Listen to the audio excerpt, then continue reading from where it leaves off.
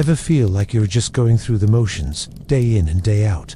Well, spare a thought for the ancient Chinese farmer. Their lives were a relentless cycle of planting, harvesting, and surviving, often at the mercy of nature. We're diving deep into the surprisingly relatable, yet utterly different, daily life of these forgotten individuals. Before we wander back in time tonight, let me gently ask you something. If you find comfort in these long, quiet stories, if the sound of history told slowly helps you drift off to sleep, I'd love for you to subscribe to the channel. It's a simple way of letting me know you do like more of these calm journeys through the past, and it helps me keep making them for you. No pressure, of course, just, if you feel like it, settle in, click that button, and then let the rest of this story carry you gently into the night. Now, let us step softly into the world of an ancient Chinese farmer, not through grand tales of emperors or generals, but through the humbler, quieter rhythm of daily life. Imagine yourself standing on the edge of a wide valley, the kind where the land rolls gently before rising again into green hills. The kind where a river snakes lazily across the plain and the morning mist clings to its banks. The air is cool, damp with dew, and the horizon is just beginning to brighten with the pale gold of sunrise. There is no sound of engines or footsteps on stone streets here, no hint of modern noise. Instead, you hear the steady chorus of waking birds hidden in mulberry branches, the occasional bark of a dog from a nearby village, and most prominently the crowing of a rooster, insistent and proud, announcing that the day has begun. You are in a world where time is not kept by clocks, but by the natural rhythm of the earth itself, where the sun's rising and setting is the truest measure of a day. This is the home of the farmer, and though it is humble, it is also enduring. His house is small, built with packed earth walls, each one shaped by hand, layer upon layer, pressed and hardened in the sun. The roof is thatched with straw and reeds, bound tightly to keep the rain out, though in heavy storms, drips may still find their way inside. The doorway is low, so low that even the farmer himself must bow his head to pass through. But this bending has long since become a habit, a gesture of humility as much as necessity. Inside, the space is dim, the light of morning entering only in thin shafts through cracks in the walls and around the doorframe. Smoke lingers in the air, rising from the small hearth where embers from the night before have been coaxed back into life. On one side of the room stands a platform that serves as a bed for the family, covered with woven mats and straw. Here, the farmer, his wife, and their children sleep close together, their shared warmth fighting off the chill of winter nights. Clay jars and baskets line the walls, filled with grain carefully stored from the last harvest: millet, rice, beans, and perhaps some dried vegetables or salted fish. Each jar is a symbol of survival, the result of months of labor, and each is guarded carefully, for a bad season could mean an empty home and hungry stomachs.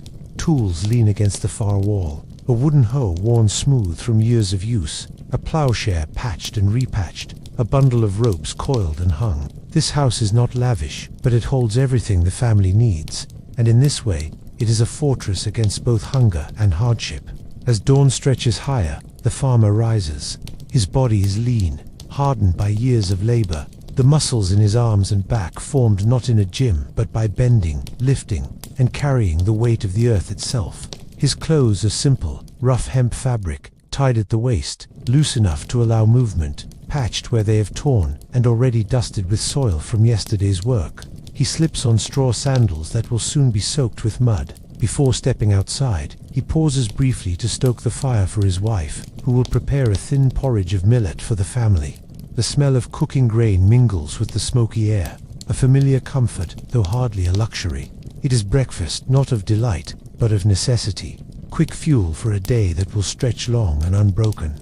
Stepping into the morning light, the farmer breathes deeply. The air smells of damp earth and grass, of river water and smoke from other chimneys rising in the village. He squints against the low sun as he walks toward his fields. The ground beneath his feet is uneven, worn by many footsteps, but it is known to him as intimately as the lines on his palms.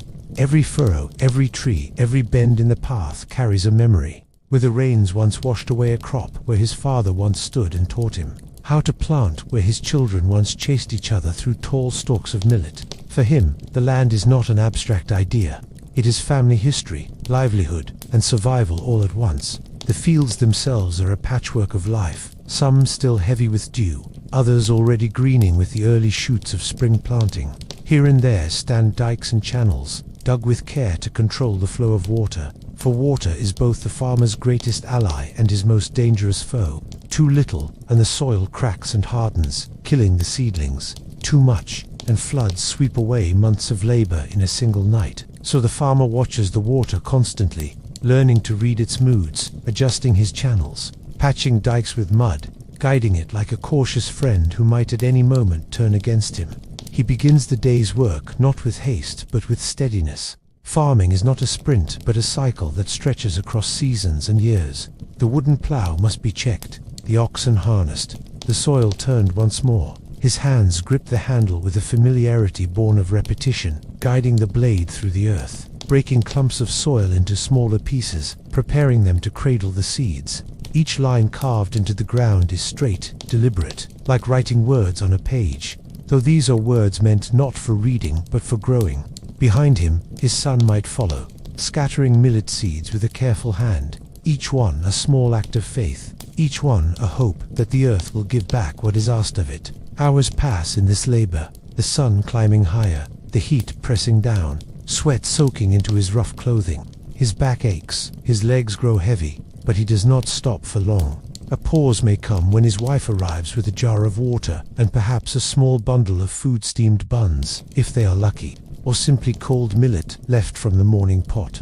They eat quickly in the shade of a tree, saying little, for words are not needed. Their life is one of shared understanding, where silence carries its own kind of companionship.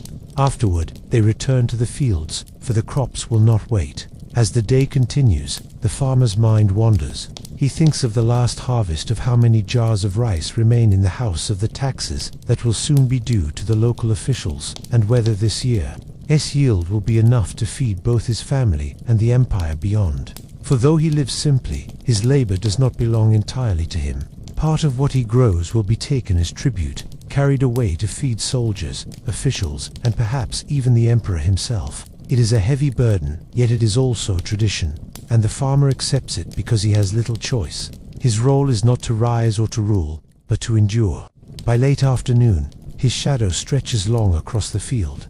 The air cools slightly, though the ache in his body remains. He surveys the work completed rows, neatly planted, channels repaired, seedlings set carefully into place. There is satisfaction here, though not of pride. It is a quieter feeling, the contentment of knowing that tomorrow the plants will be a little taller, the earth a little more ready to give, and that, for another day, the rhythm of survival has been upheld.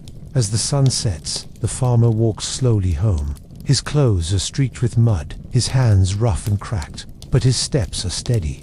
He is greeted by the smell of evening cooking, perhaps stir-fried greens or a simple soup, and by the laughter of his children chasing one another in the yard.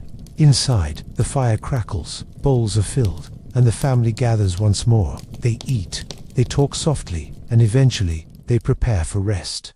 Tomorrow will bring the same work, the same uncertainties, but also the same cycle that has sustained not just this family, but countless others across the vast lands of China. And so ends a single day in the life of a farmer, a day not marked by great events or famous deeds, but by the quiet persistence of labor and love. In this rhythm, repeated over centuries, lies the heartbeat of an empire. If you step quietly into the home of an ancient Chinese farmer, leaving behind the open air of the fields and the songs of birds, you would notice at once the sharp change in atmosphere, the way the light softens into dimness, the way the scent of smoke and cooked grain lingers heavy in the air, clinging to the rough walls of earth and timber. The house is not large, not by any measure, perhaps 2 rooms at most, if the family is fortunate, though most often it is a single shared space. A shelter meant not for comfort, but for survival. The walls are made from rammed earth, thick and sturdy, pressed into place by countless blows of wooden rammers, layer upon layer, hardened by sun and time. They carry the warmth of the day into the cool of the night, and shield against the winter's bite, though they do not keep out every draught or every creeping insect. The roof above is thatched, bundled stalks tied and layered carefully, sloping downward to guide away rain. Though in the fiercest of storms, water will still slip through, pattering against mats and jars below. Inside, the farmer's world is one of simplicity, stripped of ornament, yet deeply alive with the marks of daily life. The hearth is the heart of the home. A shallow pit or raised clay stove where firewood or dried stalks of millet burn slowly, sending up a thread of smoke that curls toward a hole in the roof. Around it, the family gathers, for warmth in the winter, for cooking in every season, and for the comfort of togetherness when the day's work is finally done. Clay pots blackened with soot rest nearby, their rounded shapes worn smooth by years of handling. Some hold water drawn from the well or stream, others hold the day's porridge, and still others sit empty, waiting for the next meal to be prepared. Beside them are bamboo baskets woven tightly to hold vegetables or grain, and jars sealed with cloth or wax to keep pests at bay. In these jars lie the family's security, the harvest, measured and stored, rationed carefully across the long months when the fields cannot provide. Each grain inside has its story, planted in hope, nurtured by rain, wrested from the soil, carried in baskets, threshed by hand, and now resting here, silent but vital, the difference between plenty and hunger. Along one wall stands the sleeping platform, a raised wooden frame covered with straw and reeds, softened slightly with mats of woven grass or hemp. It is wide enough to fit the family pressed close together, for there is no thought of separate rooms or private beds. Children curl against parents, warmth shared body to body, while blankets, if they exist, are coarse cloth or patched quilts passed down through generations. In summer, the heat makes the space uncomfortable, sticky with sweat, but in winter, when frost lingers on the edges of the roof, the closeness of family is the only shield against the cold. To modernize, it might seem cramped, but to the farmer and his family, it is simply life, a rhythm learned from birth, accepted without complaint. Scattered across the room are tools of daily living, each one humble, each one essential. A wooden hoe, its handle polished, not by design but by years of calloused hands gripping it. A sickle for cutting grass or harvesting grain. Ropes of twisted hemp, ready to tie bundles or lead an ox. Straw sandals drying by the door, already worn thin, already waiting for repair. On a shelf or hanging from pegs may be a fishing net, a basket for catching crabs or eels from the river, or small cages for chickens kept just outside. The home is not cluttered, for every object has a purpose, and nothing unnecessary is kept. Yet, within these walls lies a world complete unto itself, one that meets the family's needs and reflects their place in the larger cycle of labor and survival. The sounds within the home are soft, ordinary, but they form the backdrop of every day. The crackle of the fire, the murmur of voices, the rustle of grain being scooped into bowls, the laughter of children, the occasional sharp bark from the family's dog outside. These sounds weave together into a music that has played for countless generations, unchanged in its essence even as dynasties rose and fell beyond the village. For the farmer, the home is not just shelter but memory, the place where ancestors once lived in similar fashion, where children will grow, where countless evenings will be spent watching the fire fade into ash. It is a continuity, fragile yet unbroken, a thread connecting past and present. And yet, for all its simplicity, the home is also a place of ritual and meaning. Above the hearth, or in a small niche in the wall, there may be a tablet or shrine dedicated to ancestors, a place where incense is burned, prayers whispered, offerings of food or drink left in quiet reverence. In these moments, the farmer acknowledges that his life is not lived alone, but as part of a chain stretching backward through time. The ancestors are present in the smoke, in the flicker of firelight, in the silence between words. Their presence brings both comfort and responsibility, for to honor them properly is to ensure their blessing upon the crops, upon the family's health, upon the uncertain future. Daily life within the home flows with the rhythm of necessity. At dawn, the family stirs, children rubbing sleep from their eyes, the wife tending to the fire, the farmer gathering his tools. Morning meals are quick and plain, eaten without ceremony, for the field's call and time must not be wasted. At midday, perhaps the wife returns with food, and the family eats together if possible, sitting cross-legged on the ground, bowls in hand. In the evening, the home fills with smoke once more as dinner is prepared. Vegetables chopped, porridge stirred, soup simmering.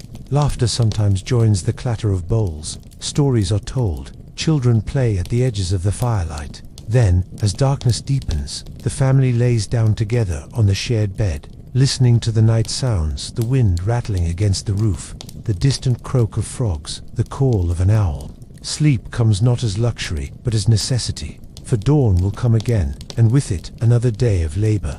In such a home, one learns to measure wealth not in coins or fine goods, but in the fullness of grain jars, in the sturdiness of the roof, in the health of the children laughing in the yard. The farmer may never see the walls of a palace, may never hold silk except in rare scraps, may never know the luxuries of the elite, but within his home, he holds something just as precious: continuity, family, and the quiet endurance that sustains an entire civilization. The home is humble, but it is enough, and within its walls, the story of survival is written anew every day. To understand the life of an ancient Chinese farmer, one must step into his fields, for this is where his story is written most clearly, not in ink upon bamboo slips, but in the furrows of the earth, in the sweat that darkens his rough hemp clothes, in the seeds that fall one by one from his hand into the waiting soil, each one a small gamble against the whims of nature, a hope that tomorrow will reward today's toil.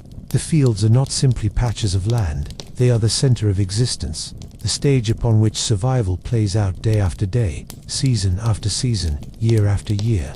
When the farmer rises at dawn and shoulders his tools, he is not merely beginning a task, he is stepping into a relationship with the land that has been formed by countless generations. Before him, a relationship built on patience, struggle, and deep familiarity. The soil itself, dark and crumbly in some places, stubborn and rocky in others, is as much a part of his family as his children, and like family, it demands constant care, attention, and respect. In spring, when the air still carries a chill, but the earth begins to soften under the touch of warmer rains, the farmer takes his plow into the fields. Its wooden beam fitted with an iron blade, if he is fortunate enough to own one, otherwise sharpened wood will have to do. He guides his ox, or water buffalo slowly, pressing steadily as the blade cuts into the ground, turning it over, breaking clods, loosening the soil so that seeds might take root. Behind him trails a child or younger brother, carrying a sack of millet or rice seedlings, scattering them carefully into the furrows, each handful cast with precision, born of experience, for too many seeds in one place will choke each other, too few will waste precious space. The rows stretch out across the field, straight and purposeful, and as the farmer glances back, he feels the quiet satisfaction of seeing order imposed upon nature, if only temporarily. The work is endless, the repetition numbing, yet there is something almost meditative in the rhythm of it. The steady creak of the plow, the grunting breath of the ox, the crunch of soil underfoot, the soft patter of seeds striking earth. But farming in ancient China is never as simple as scattering seeds and waiting for them to grow. Water is life, and managing it is perhaps the greatest skill the farmer must possess. In the lowlands where rice thrives, the farmer bends his back for hours in shallow paddies, water lapping against his calves, pressing each delicate seedling into the mud, one by one, careful not to damage the tender roots. He works bent double the sun, beating upon his neck, mosquitoes buzzing in clouds around his ears. Yet he endures, for rice is the foundation of survival, a crop that feeds his family and fills the granaries demanded by officials. To make these paddies possible, he and his neighbors have dug channels by hand, guided water from streams and rivers, built small dikes from mud and reeds to hold the flow steady. Every season these must be repaired, patched, reshaped, for water is never still, it is always moving, always testing the boundaries. Too little and the seedlings wither too much, and they drown, so the farmer walks the embankments, daily staff in hand, prodding for weaknesses, adjusting channels with nothing more than mud pressed between his fingers, shaping the landscape by persistence rather than force. In the north, where rainfall is less generous, the focus is on millet, a hardy grain that asks for little, but still demands careful tending. Here, the farmer digs deeper furrows, watching the sky anxiously for clouds, praying for rain that may or may not come, knowing that drought is a constant shadow over his life. When rain does fall, he rushes to capture it, digging pits to store water, channeling every drop to where it is most needed. In both north and south, the farmer lives at the mercy of forces far beyond his control, yet his skill lies in learning how to bend with these forces rather than break beneath them. Weeds are another enemy, sprouting quickly, stealing nourishment from the soil meant for the crops. The farmer spends long hours hunched low, pulling them by hand, one by one, or slicing them away with his hoe. It is work that seems endless, for as soon as one patch is cleared, another springs up, yet he persists, for neglecting the weeds is to invite famine. Pests, too, plague the fields, insects that chew through leaves, birds that swoop down to snatch seeds or seedlings, locusts that sometimes descend in black clouds so thick they blot out the sun. Against these, the farmer deploys every trick known to him. Children are sent into the fields with rattles or slings to scare away birds. Ditches are dug, smoke is raised, and in times of crisis, entire communities band together to drive off locusts, beating drums, waving branches, shouting until their throats are raw, though often to little effect. The farmer knows that nature cannot truly be conquered. It can only be endured. Still, he fights, for to do nothing is to surrender his family's future. His tools are simple, extensions of his own body, rather than machines that spare him effort. A hoe, a rake, a plough, a sickle. These are shaped from wood, sometimes tipped with bronze or iron if fortune allows, but always requiring care, repair, and the steady strength of his arms. He knows each one as intimately as a craftsman knows his trade, feels the difference in weight, in balance, in the way it responds to soil. When a handle breaks, he repairs it with rope or fashions another, for there is no abundance of replacements. Every tool carries the marks of years of use, smooth where his hands grip, darkened by sweat and soil. They are not possessions to be discarded lightly, but companions in labor, as vital as the ox that pulls his plow or the family members who work beside him. The fields demand not only physical strength but constant attention, a farmer's mind always turning toward them even when his body is at rest. At night, lying upon his straw mat, he thinks of the seedlings, whether the water channels are holding, whether the wind he heard in the distance will bring rain or strip the young stalks. He listens to the calls of frogs or the rustling of leaves, reading them as signs, drawing meaning from the smallest details.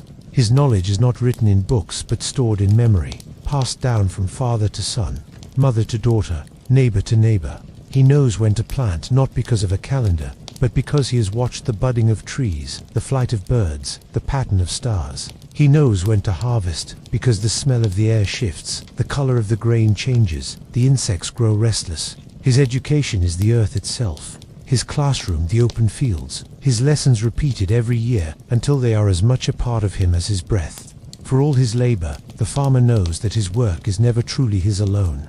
He works for his family first, to fill the bowls of his children and to keep hunger from the door. But he also works for the officials who will come at harvest, demanding their share of grain as tax. Sometimes the demands are reasonable, other times they strip too much, leaving the family with little. Yet refusal is impossible, for the weight of the empire presses down even on the humblest farmer. Soldiers may never march through his fields, emperors may never visit his village, but their presence is felt in the grain. He surrenders in the labor he is sometimes forced to provide, in the knowledge that part of every harvest belongs, not to him but to powers far beyond his reach. And so he plants, tends, and harvests, not only for survival but for obligation, his sweat feeding both his own and those who will never set foot upon this soil. And still, despite all of this, there is a quiet resilience in the farmer, a persistence that carries him through season after season. He does not dream of riches or power, for such things are distant, unreachable, and irrelevant to his daily reality. Instead, his dreams are simpler but no less profound. A season of steady rain, a harvest without blight, a winter without hunger, children who grow strong and survive to take his place in the fields. He knows joy in the small moments, the sight of green shoots pushing through the soil, the sound of grain rustling in the wind, the feeling of earth cool and moist beneath his hands after rain. These are victories, quiet but sustaining, reminders that though the work is hard and the odds often cruel, the land still gives, still nurtures, still answers when tended with care. So when we speak of the ancient Chinese farmer and his fields, we are not merely describing an occupation. We are witnessing a way of life that sustained one of the world's great civilizations.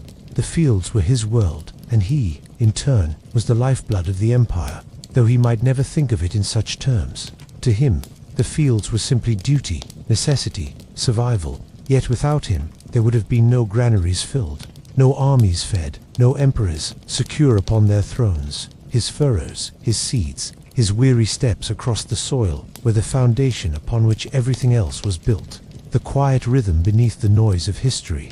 And so he labored, day after day, year after year, his story written. not in the annals of dynasties, but in the harvests that rose and fell with the passing of the seasons. His life bound to the fields, his legacy carried in every grain of rice, every stalk of millet, every harvest that sustained a civilization too vast for him to ever fully see, yet one that could not have existed without his hands. When we think of the daily life of an ancient Chinese farmer, food isn't just fuel for survival, it's the heart of existence. The rhythm that divides the day into meaningful pauses, and the small luxury that can bring joy, even in a world full of toil.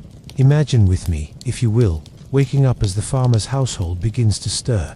There is no breakfast of sweet pastries or steaming tea poured from fine porcelain like in the courts of emperors. For the farmer, the first meal is simple and deliberate, built from the earth beneath his calloused feet and the patience of his family's labor. But it is also deeply ritualized, full of meaning, and as essential to his identity as the rows of millet or rice he tends in the fields. To understand how this farmer eats is to understand how he lives. The backbone of a farmer's diet is the grain he grows. In northern China, the land is drier and cooler, so millet and wheat dominate. Millet is one of the oldest domesticated crops in the region, a tiny, golden seed that might not look like much at first glance, but is hearty, filling, and capable of growing where other crops would wither. Wheat, arriving later from Central Asia, is kneaded into flatbreads or steamed into dumplings that stick to the ribs of a weary laborer. In southern China, where the climate is warm and water flows through the fields, rice reigns supreme. Picture the farmer wading barefoot into the paddies, his trousers rolled above his knees, planting the tender shoots into the mud. Every bowl of rice that finds its way to the cooking pot represents endless hours of stooping, transplanting, and guarding the crop against pests and drought. When he finally eats, every grain carries with it a weight of gratitude and exhaustion. The family kitchen isn't what we might imagine today. There are no tiled walls or polished utensils, only a clay or brick stove, called a zao, built low to the ground. Fuel comes from bundles of twigs, stalks left over after harvest, or dried dung if wood is scarce. A fire must be coaxed and tended carefully, and it is usually the responsibility of the women in the household to manage this, crouching on the earthen floor and blowing into the fire through a narrow bamboo tube to get the flames hot enough. Over the fire rests a ding, a heavy bronze or iron pot, or a wok-like vessel where the day's meal takes shape. Smoke curls around the beams of the modest home, seeping into clothing and hair until the scent of wood fire becomes a permanent perfume. Breakfast might be nothing more than a thin millet porridge, known as joe, ladled into rough ceramic bowls. For the farmer, the meal is not about indulgence, but about endurance. The porridge fills the stomach enough to carry him through hours of labor, before the sun climbs too high. Sometimes there might be a small dish of pickled vegetables alongside itradish, mustard greens, or cucumber fermented in earthen jars to last through the winter months. Salt is precious, not simply a seasoning but a necessity, and governments often taxed and controlled it tightly. A family that could preserve vegetables with salt, or season their porridge with a pinch of it, felt a measure of fortune. Lunch comes after hours in the field. It might be eaten outdoors, carried in small containers, or hastily prepared by those at home. If rice or wheat is available, it is often paired with whatever greens can be foraged from the countryside. Wild amaranth, tender shoots of bamboo, or soybean leaves. The meals are humble but varied by season. In spring, fresh sprouts bring a brightness after the long winter. In summer, melons and gourds grow plentifully. In autumn, the harvest provides not just grain but beans, sesame, and sometimes peanuts. In winter, the diet turns austere, heavy with preserved foods and dried roots. But there is still ingenuity in making the most of little. Protein is rare and cherished. Meat is not absent from the farmer's life, but it is not a daily affair. Pigs and chickens roam around the courtyard, but they are too valuable to be eaten casually. Chickens lay eggs, pigs can be fattened and sold or saved for festivals. Fish, if one lives near rivers or ponds, might be caught and eaten fresh or dried for later. Tofu, invented in ancient China, plays a crucial role, here cheap, nourishing, and versatile. It can be stewed with vegetables or crumbled into soups, turning what would otherwise be watery and plain into something hearty. Sometimes, a splash of soy sauce fermented in large clay jars left in the sun adds depth to the flavor, reminding us that Chinese cooking, even at its simplest, has always prized balance between salty, sour, bitter, and umami. The evening meal, after the day's work, is the most communal. The family gathers around a low wooden table, or perhaps just eats, sitting on stools, with bowls in hand and chopsticks of bamboo or wood. Unlike in some other cultures, food is shared. Dishes are placed in the middle, and each person takes from them, returning again and again to refill their bowl of rice or millet. It is not only eating, but an act of togetherness, reinforcing family bonds and hierarchy. The elders are served first, the children last, and everyone eats at a pace that reflects both hunger and respect. For the farmer, this is one of the few times in the day to sit, breathe, and share the company of his loved ones. Festivals are the exception, and they light up the farmer's culinary life, like stars breaking through a dark sky. During the Lunar New Year, even the poorest families try to stretch their resources for a feast. Dumplings stuffed with cabbage and pork, if they can spare it, sticky rice cakes, sweetened with honey or sugar, for those who can afford the luxury. These rare meals of indulgence remind the farmer's family that life is not only toil and survival, but also celebration, continuity, and hope. It also ties them to the larger rhythm of Chinese society, where food and ritual intertwine. Every offering to ancestors, every plate placed on the family altar, is a recognition that food sustains not only the living, but also connects them to those who came before. Cooking and eating, then, are never just about filling the belly. They are layered with meaning, shaped by geography, climate, and belief. The farmer may not articulate these things as philosophies, but he lives them every day. When he slurps his bowl of porridge in the morning, or bites into a dumpling at New Year, he is participating in traditions, thousands of years old, part of a lineage of taste and necessity that binds the empire together. The emperor in his palace and the farmer in his hut may eat very different foods, but both understand that grain is life, and to waste it is to court disaster. Even the act of farming is connected to the kitchen.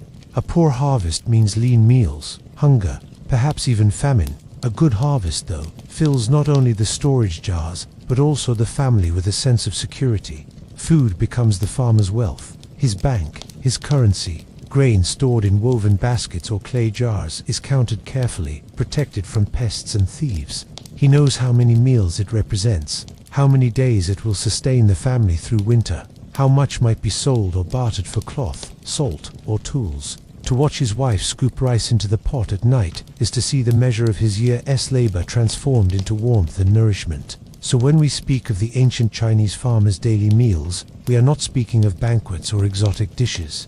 We are speaking of resilience, resourcefulness, and the quiet dignity of making something meaningful from the earth's simplest gifts. We are speaking of a life where the taste of millet, porridge on a cold morning, or the sharing of dumplings at the New Year could carry more joy than any feast of emperors, precisely because it was hard-won. To eat was not merely to live, it was to honor the land, the ancestors, the family, and the rhythm of a world that demanded respect in every grain of rice. And so, as the farmer leans back after his evening meal, his stomach finally full, his limbs heavy from work, and his heart warmed by the laughter of children around the table, he is not only fed, but also grounded. Food, humble as it may be, is the quiet poetry of his life. When we speak of an ancient Chinese farmer, we are not speaking of an isolated figure standing alone in a field, tilling the earth in solitude. No, to be a farmer in ancient China was to be part of something larger, a living network of family, kinship, and community ties that stretched like roots beneath the soil, unseen but essential. The farmer's life was not simply about planting and harvesting. It was also about belonging to one's household, to one's ancestors, to the living family around the hearth, and to the village at large. These bonds provided stability, but they also brought responsibilities, expectations, and rules that shaped daily existence as much as the seasons did. So tonight, as you drift along with me, let us wander through this world of family ties and see how kinship gave meaning, order, and even survival itself to those who worked the land. Picture, for a moment, the farmer's home not just as a physical dwelling of packed earth walls and thatched roofs, but as a gathering of generations. The family might live in a simple courtyard house, its rooms surrounding a central space where the fire pit glowed, and where meals were cooked in clay pots blackened by years of smoke. At one end might stand a wooden table or a shelf, carefully arranged with ancestral tablets, more wooden or bamboo plaques, inscribed with the names of family members who had passed away. These were not mere decorations. They were sacred links to the past, daily reminders that the living owed their existence, their land, and their fortune to those who had come before. Each morning, as the farmer or his wife lit incense before these tablets, they reaffirmed that the family was more than just the people alive now. It was a continuous thread, an unbroken chain stretching back into history. At the heart of this chain was filial piety, or the duty of children to respect, obey, and care for their parents. This principle was not just moral advice, but a cornerstone of Chinese society. It was taught, reinforced, and expected at every level. A farmer's son, no matter how weary he might be from the fields, was taught to bow before his father, to heed his instructions, and to carry on his work with diligence. A daughter, before marriage, was expected to serve her parents, and once married, to serve her husband's family with the same devotion. For the farmer, filial piety was not an abstract concept, but an everyday practice. It meant providing for elderly parents even when the harvest was lean. It meant never speaking rudely to elders, never refusing a request, and always remembering that one's own life was part of something larger than oneself. But this respect flowed in both directions. Parents carried enormous responsibility to farmer. His father or mother was not only the head of the household, but also its guide, its guardian, its moral compass. To neglect the family's well-being, to fail to pass down wisdom, or to squander resources, would bring shame not only on the living but also upon the ancestors. For in Chinese thought, the honor or disgrace of a single member rippled outward, touching the entire clan, both past and present. This sense of collective identity could be heavy, but it was also comforting. No one stood alone. Success was shared, and hardship was carried together. Daily family life revolved around clear roles and hierarchies. The eldest male of the household, often the father, sometimes a grandfather, if he was still living, stood at the top. His word carried weight in matters of land, marriage, and even disputes within the household. Sons were next in line, with the eldest son usually enjoying a privileged position, for he would inherit the bulk of the land and carry on the family line. Younger sons often worked alongside their elder brother or struck out to serve in other households, sometimes carving out their own paths. Daughters, while cherished in their youth, were often viewed as married-out members destined to leave their natal home and become part of another family. This could sound harsh to modern ears, but to the farmer, it was simply the rhythm of life. The way kinship ties ensured continuity from one generation to the next. Marriage itself was rarely a matter of personal choice. A farmer's marriage was typically arranged by parents, often with the assistance of a go-between who matched families based on social standing, fortune, and suitability. Love, in the romantic sense, might grow later, but at the start, it was more about survival and alliance. A strong, hard-working wife was as valuable as a fertile field. She would bear children, manage the household, and join in the endless labor of farm life. Her presence strengthened the family unit, and with children, she ensured that the lineage would continue. The farmer's pride was not only in his crops, but in his sons and daughters, living proof that the family tree would endure. Children, in turn, were the heartbeat of the household. A farmer's sons joined him in the fields as soon as they could hold a hoe. They learned the rhythms of planting and harvesting, the wisdom of watching the skies, the rituals that honored the earth. Daughters, meanwhile, learned from their mothers cooking, weaving, carrying water, tending the animals, and, perhaps most importantly, the art of deference and duty. Life was not easy for these children, but it was purposeful. Each small task they performed contributed to the family's survival, and woven into their upbringing was the idea that they were not working just for themselves, but for their parents, ancestors, and descendants yet unborn. The concept of family extended beyond the immediate household. Chinese farmers often lived in villages where kinship ties bound neighbors together. Cousins, uncles, aunts were part of the same web, ready to support one another in times of need. If a family lost a crop to flood, neighbors might share grain. If a roof collapsed, relatives might pitch in to rebuild. There were, of course, disputes and rivalries over land boundaries, over marriages, over pride, but the bond of kinship often tempered conflict. For the farmer, his village was not just a cluster of houses, but an extended family, a network of obligation and protection. One of the most striking elements of this kinship system was the way it kept time. Ancestors were not only honored, but consulted in rituals and festivals.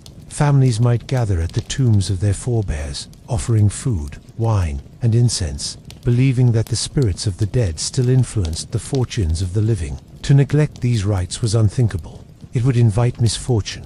Thus, the farmer's calendar was filled not only with agricultural cycles, but with ceremonies of remembrance. Each act of offering reinforced the idea that the farmer was part of a vast continuum of life and death, memory and obligation.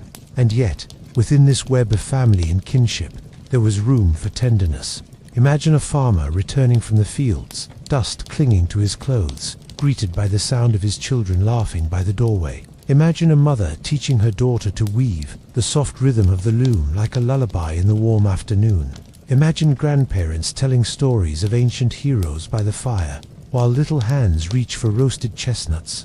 These quiet moments were as essential as any ritual, for they reminded the farmer that life was not just about duty, but about love, connection, and shared humanity. Still, these bonds could weigh heavily.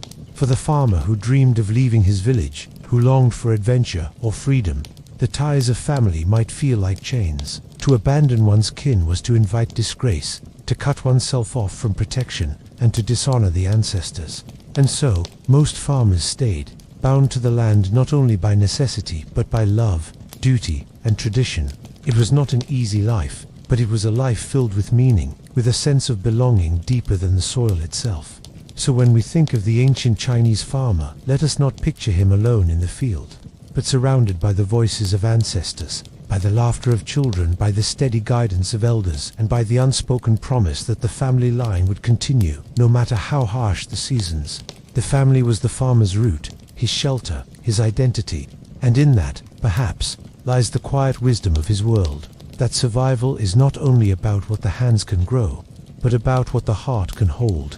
When you picture the life of an ancient Chinese farmer, it is easy to see only the rice paddies glistening under the sun, or the millet stalks swaying in the wind. But if you step a little closer down into the very heart of the fields, what you find is an intimate relationship between man, soil, and tool, a bond so close that the farmer's life would collapse without it, and yet so often overlooked in the grand sweep of history. 4 dynasties rose and fell. Emperors made proclamations in marble halls. Generals carved their names into borders of maps. But all the while, silently, out beyond the city walls, the farmer leaned on his wooden plow, adjusted his wicker hat against the glare, and bent to his labor with tools that were at once humble and profound, shaping the rhythm of his existence.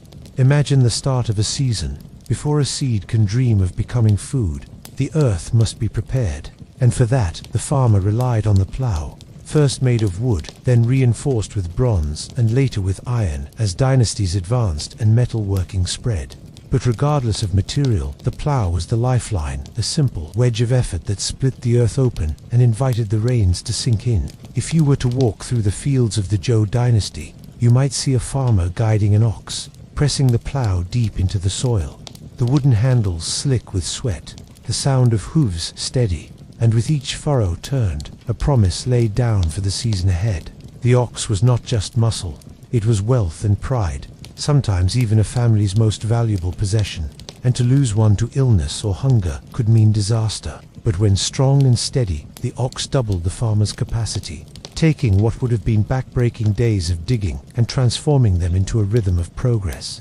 Beside the plow there were hoes, long-handled, broad-bladed tools used to break up clumps of soil, clear weeds, and sometimes even shape the irrigation ditches that ran like veins through the farmland for water. Management was everything, especially in rice farming, and without constant vigilance, the balance could tip between flood and drought. Farmers learned to coax the river into channels, to hold water in paddies with embankments of clay and stone. And when you stood in one of those fields at dawn, with water reflecting the sky like a mirror and young green shoots breaking the surface, you could almost feel the genius of those ancient hands that had designed it all without the aid of machines. Only observation, patience, and centuries of trial and error passed from one generation to the next. Alongside hoes came sickles, curved blades sharpened by whetstones, essential when the harvest approached. They were light, often tied to the wrist by a loop of fiber so they would not slip in sweat, and with them farmers cut stalk after stalk, a swishing sound that filled the autumn air like a whispered song of plenty. There were rakes, two simple wooden frames with teeth dragged across tilled earth to smooth it, to break up clumps, to ready it for seed, and woven baskets strapped across shoulders, made of bamboo or reeds, strong yet light, capable of carrying not just harvests but manure, compost, and even seedlings from one part of the farm to another. You can imagine a boy, barely tall enough to reach his father's elbow, wobbling under the weight of a basket filled with young rice plants, following in the water as his family transplanted them in neat, straight rows, learning the craft in silence. For there was no need for instruction when the rhythm of hands and water told the story louder than words. Seed drills, too, appeared, especially later in history, ingenious contraptions of wood that allowed seeds to fall evenly into furrows, reducing waste and multiplying yield. And though at first these were innovations available only to wealthier farmers or regions close to centers of invention, eventually they spread, and once in the field, they saved endless hours of work, turning the simple act of planting into a science of efficiency. Tools were more than objects. They were extensions of the farmer's own body, worn smooth by use, shaped by sweat and time. Each nick in a handle telling a story, each sharpened edge a mark of preparation. And losing a tool could be as devastating as losing a day of labor, which in the delicate balance of subsistence farming might mean the difference between hunger and comfort. Yet tools alone did not make the farmer's craft. There was also technique, honed by centuries of necessity. Farmers practiced crop rotation, knowing instinctively that millet could not be grown year after year on the same patch without weakening the soil. So they alternated with beans or other crops that nourished the earth. And though they might not have known the chemical language of nitrogen, they understood its effects in their bones, seeing healthier stalks and fuller grain when the land was cared for. In wetter regions, terracing carved entire hillsides into staircases of green, each level a controlled pool where rice could thrive. And though such projects required immense communal effort, once completed, they transformed landscapes into living sculptures of sustenance, a testimony to human patience against the stubbornness of nature. Irrigation, too, demanded constant skill, from digging canals to maintaining embankments, patching leaks with mud, redirecting flows when rains came heavy. And this was not a one-time task, but a daily vigilance, for a single collapsed wall could drown a field or leave it dry.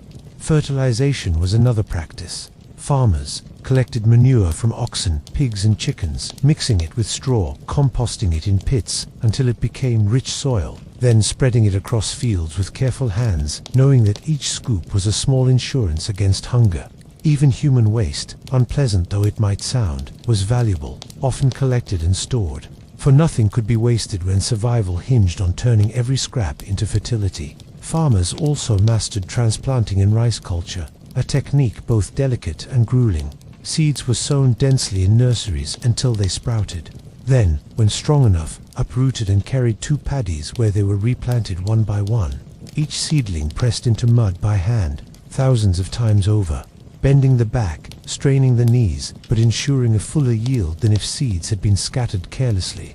Picture a field full of farmers, bent in rows, each moving steadily, chatting softly or humming as they worked, the air alive with the scent of water and earth, dragonflies hovering above, and the sight of green rows forming under their hands, as orderly as soldiers in parade, stretching across the flooded land.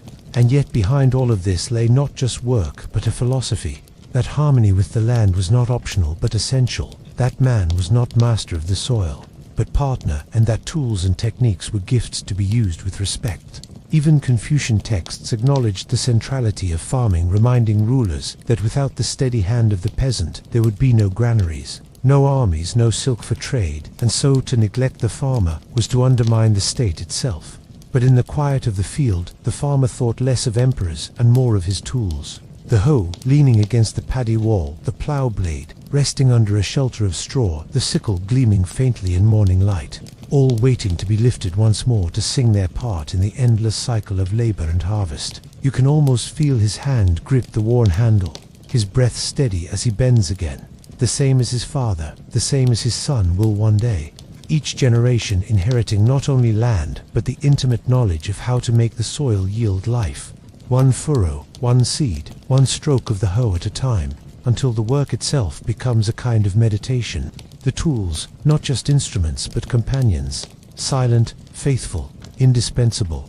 And so, When we think of ancient Chinese farming, let us not picture only the fields, but also the hands that guided the plow, the sweat that sharpened the blade, and the quiet genius of tools and techniques that carried a civilization forward, not in glory or grandeur, but in the steady, rhythmic work of farmers whose names history rarely records, yet whose labor fed the world. The rhythm of life for an ancient Chinese farmer is inseparable from the rhythms of his family. For the farm is not simply land to be worked, it is a shared enterprise, a living organism that requires the coordinated efforts of each member, from the youngest child toddling after an older sibling to the grandparents, whose experience and wisdom shape decisions across seasons. Each role on the farm is dictated not by whim but by necessity, and yet within these roles there is a quiet order, a sense of belonging, and, if you pay attention, a kind of artistry in how the household functions as a single unit. The father, or eldest male of the household, is both leader and laborer, often rising first to inspect the fields, measuring the soil, feeling the firmness of the mud with rough fingers, checking water levels in paddies, watching the sky for hints of rain or frost, and making mental notes for the day's work. He plans the day, assigns tasks to sons and daughters according to ability and age, and sets the pace for labor, often taking on the heaviest and most arduous chores himself, not out of ostentation, but from a quiet sense of responsibility to both the family and the land.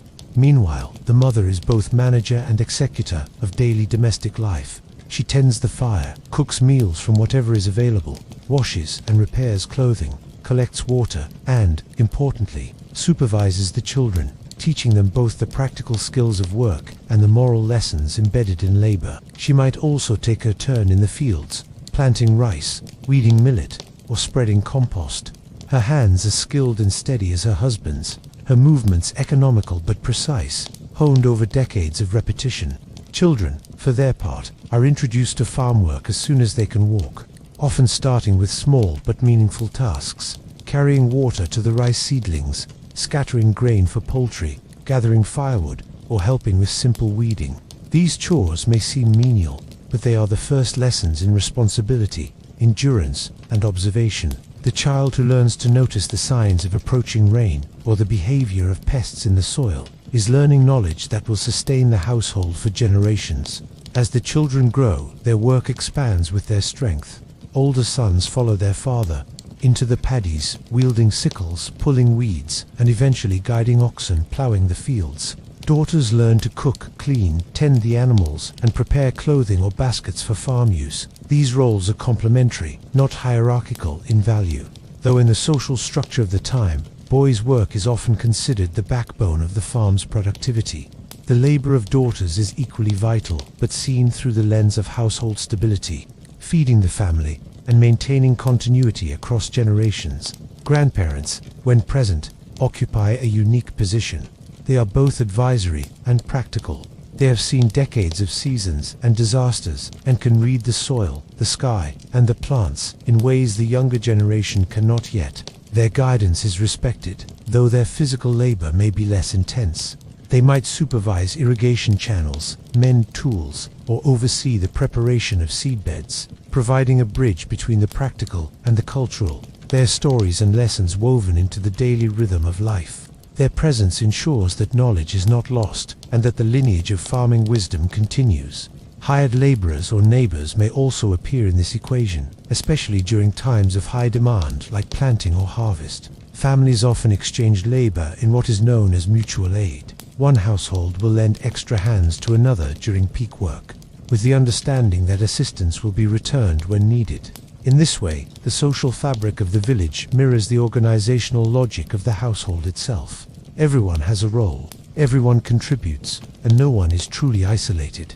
This cooperative labor is essential, for some tasks, like transplanting rice seedlings or harvesting millet, are too vast for a single family to accomplish alone in a timely fashion. The communal aspect ensures survival and strengthens bonds between households, creating networks of dependence and friendship that endure even when individual fortunes rise or fall. Even within the home, these roles are delineated with care. The morning routine follows a strict rhythm. Fathers rise first to inspect and prepare tools. Mothers stoke fires and prepare Porridge children fetch water or sweep the courtyard, and grandparents ensure all is in order before the family disperses to the fields. Meals are orchestrated with similar precision, bowls and chopsticks laid out in accordance with age and hierarchy. The eldest served first, and everyone eating in the order that respects both age and contribution. Labor and consumption are intertwined. What each person gives to the farm is balanced by what they receive at the hearth. In the evening, after long hours under sun and rain, the family reconvenes, and roles shift from labor to teaching and storytelling. Children might sit at the feet of elders, absorbing stories of past floods or bumper harvests, moral lessons hidden in the fabric of everyday events. Parents reflect on the day's labor, offering corrections or praise, and sometimes plan for improvements in irrigation, crop rotation, or tool maintenance. Even in leisure, roles persist: weaving, mending, preparing firewood, or tending a small vegetable patch for the family's needs. Work and life are inseparable, and each family member learns their place, not through coercion alone, but through immersion, observation, and experience. Rituals of the household further reinforce these roles.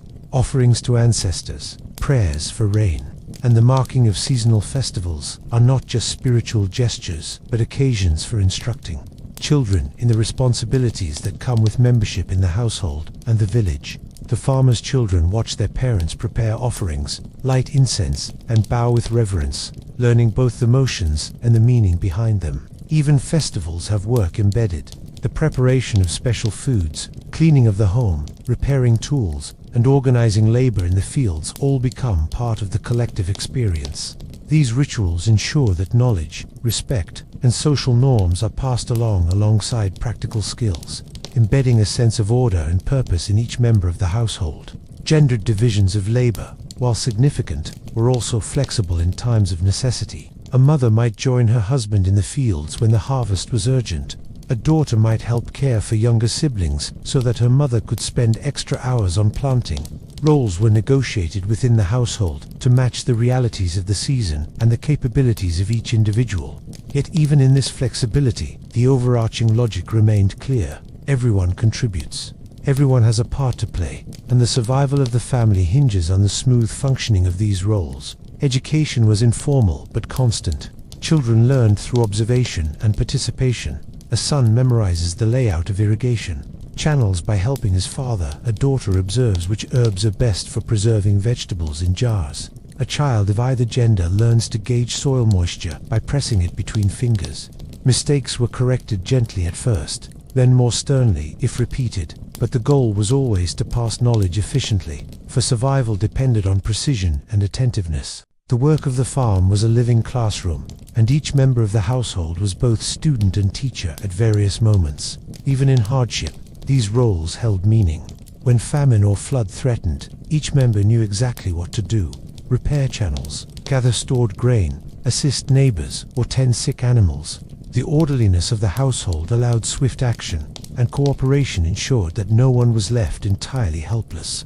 Beyond survival, these roles fostered emotional bonds. Watching a child's skill grow, observing a spouse manage multiple tasks with grace, or hearing elders recount the wisdom of ancestors, all these reinforced love, respect, and interdependence, transforming labor into a social fabric stronger than the hardships themselves.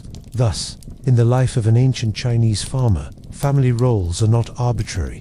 They are the structure around which everything else revolves. Each member has a place, a duty, and a contribution, whether planting, cooking, teaching, repairing, or guiding. It is a world in which labor is moral as well as practical, where hierarchy is tempered by shared purpose, and where survival and identity are inseparable from the intricate dance of daily tasks performed together. Understanding the farmer's family is understanding the ecosystem of his life, the invisible threads that connect sweat to sustenance, hands to harvest, and ancestors to the next generation. The farm is not just land, and the farmer is not just a laborer. The household is a living organism sustained by the balance, skill, and devotion of each person within it. This delicate choreography of roles has allowed generations to endure, thrive, and pass their knowledge onward, quietly shaping not only the lives of individual families, but the foundations of a civilization. The life of an ancient Chinese farmer is inseparable from the turning of the seasons. for the rhythm of the year dictates every action, every plan, and every expectation.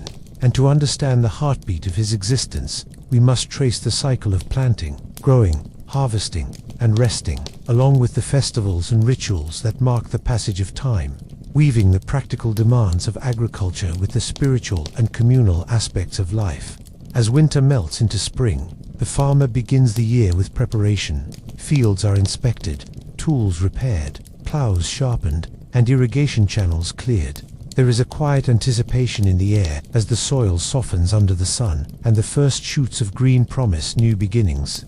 The farmer rises early each day, often before dawn, and moves methodically through his chores, his hands immersed in mud, his back bent, and his eyes scanning the horizon for the subtle signs of rain or frost. Spring is a season of hope, but also of intense labor. For this is the time to sow the seeds that will sustain the family, and any delay can affect the yield months later. Children follow the adults into the fields, learning through imitation and repetition, their small hands scattering seeds, adjusting young plants, and feeling for moisture in the soil. The mother and daughters manage domestic duties, but are never absent from the fields entirely. They plant vegetables, tend small herb gardens, and assist with irrigation, their presence a seamless extension of the household's effort. Even the animals are part of this cycle. Oxen and water buffalo are put to work plowing. Chickens and pigs are fed and moved to allow room for crop preparation. And the family observes the natural rhythms of the livestock, knowing that their growth and health are intertwined with the seasons. With the arrival of summer, the heat intensifies, and the work in the fields becomes relentless. Young rice plants in the south need careful attention, and the paddies are flooded and weeded, requiring the farmer to wade through water, mud squelching between toes, hands pressing seedlings into place row by row, hour after hour, while sun and humidity bear down. Millet and wheat in the north ripen, and the farmer must watch carefully, timing the harvest so that the grain reaches maturity without being scorched by the sun or spoiled by sudden rains. Summer is also the season of pests. Insects and rodents can devour entire fields if vigilance lapses, and so the family is constantly alert, setting traps, guarding storage areas, and inspecting the crops. There is a poetry in this labor, a quiet meditation in the repetition of planting, watering, and tending, and yet it is underscored by urgency, for the crops are the lifeblood of the household, and failure means hunger and hardship. Despite the toil, summer also brings small rewards, fresh vegetables, wild fruits, and opportunities for children to explore the fields, learning the natural world while contributing to the family's sustenance. Autumn is perhaps the most celebrated season for the farmer, for it is harvest time, the culmination of months of care and vigilance. The air carries a golden hue as grains ripen, and the sight of full ears of rice or millet ready for cutting is both relief and joy. Harvest is communal, often requiring the coordinated labor of the entire household, and sometimes neighbors, who exchange assistance in a practice of mutual aid. Scythes, sickles, and baskets are once again essential, and the rhythmic sound of cutting and gathering fills the fields. The work is exhausting, but there is satisfaction in seeing the fruits of effort collected and stored, stacked in granaries or jars, ready to provide sustenance through the coming months. Autumn is also a time for festivals that honor the harvest, ancestors, and local deities. Families gather to offer thanks, presenting portions of the first yield on altars, burning incense, and performing rituals that reaffirm their connection to the land, the spirits, and the community.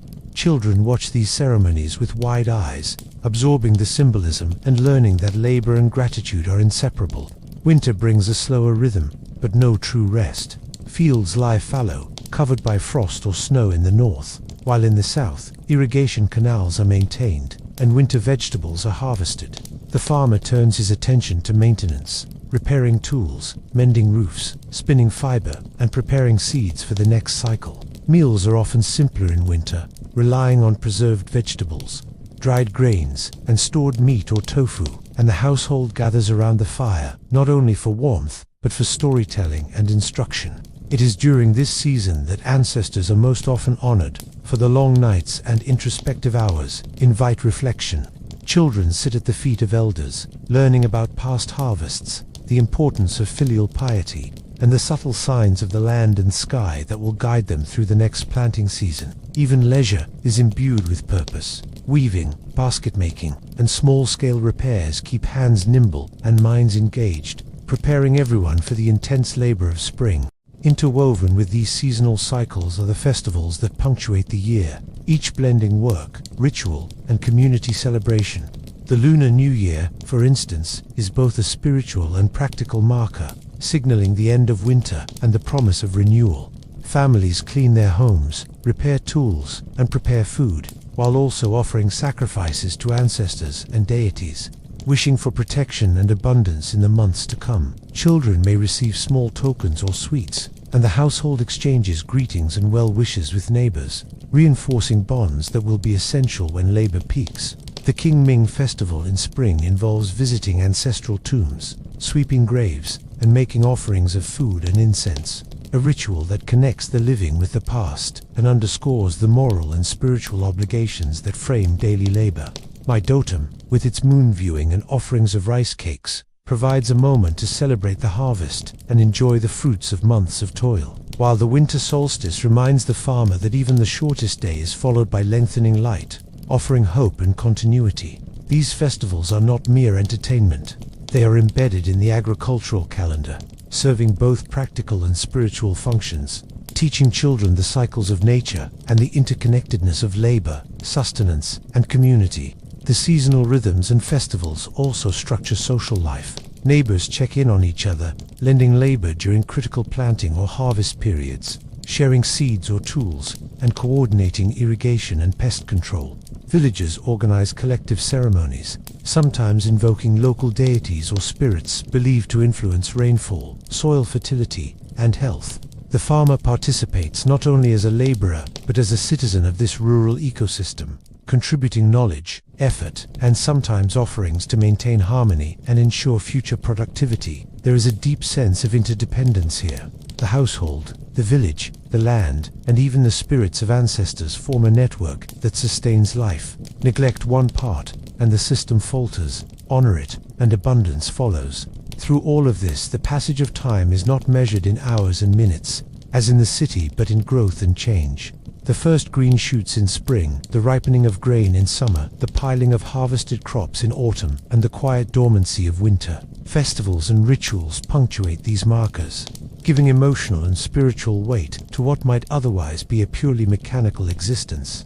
They teach patience, gratitude, and attentiveness, and they remind the farmer and his family that their labor is part of something larger than themselves, a tradition stretching back centuries, binding them to ancestors, neighbors, and generations yet unborn. Even in hardship, this cycle offers structure and hope. If winter is harsh, spring will come. If a harvest fails, another season offers a chance to recover. There is continuity in this rhythm, and the farmer learns to read it as instinctively as he reads the soil or sky, aligning every gesture, every chore, every festival with the pulse of the natural world. And so, the farmer's life is a dance with time, choreographed by the seasons and punctuated by ritual. Work and rest, effort and celebration are inseparable. The land dictates the rhythm, but festivals give it meaning, teaching lessons of endurance, gratitude, and interconnection. Children grow up immersed in this cycle, absorbing knowledge, ethics, and practical skill in equal measure. The household functions as a single organism responding to the needs of the land and the dictates of tradition. In this way, the farmer's existence is not merely survival, it is harmony, continuity, and participation in a long story written across the years, generations, and seasons, a story of human resilience, intertwined with the natural world, quietly remarkable in its simplicity and depth. In the life of an ancient Chinese farmer, every object, every garment, and every roof beam is more than mere material. It is an expression of practicality, resourcefulness, and a quiet intimacy with the environment that shapes both comfort and survival.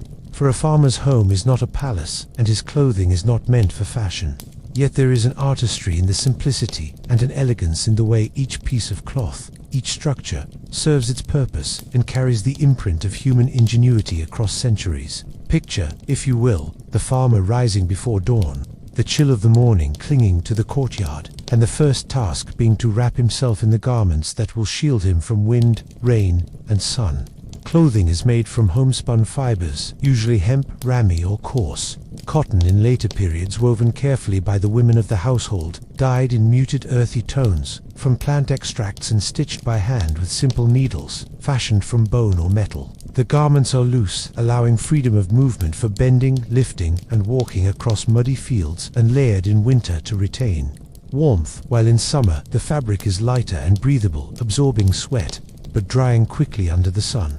The farmer's attire is complemented by wide-brimmed hats made of woven straw or bamboo-shaped to shield the face and neck from harsh sunlight, and boots or straw sandals that protect his feet while allowing him to feel the ground, to sense the firmness of the soil, and to move with care across slippery paddies. Even these seemingly simple pieces carry cultural significance. Patterns in weaving may indicate family identity or village, and the manner of folding, tying, or layering garments reflects generations of inherited knowledge about comfort and functionality.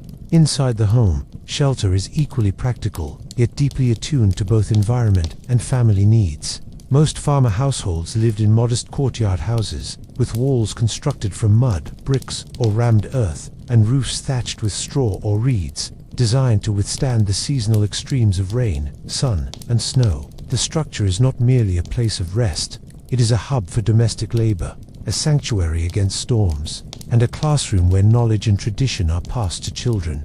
The courtyard serves multiple purposes: an area for processing grain, washing vegetables, feeding small livestock, and occasionally hosting communal gatherings or festivals.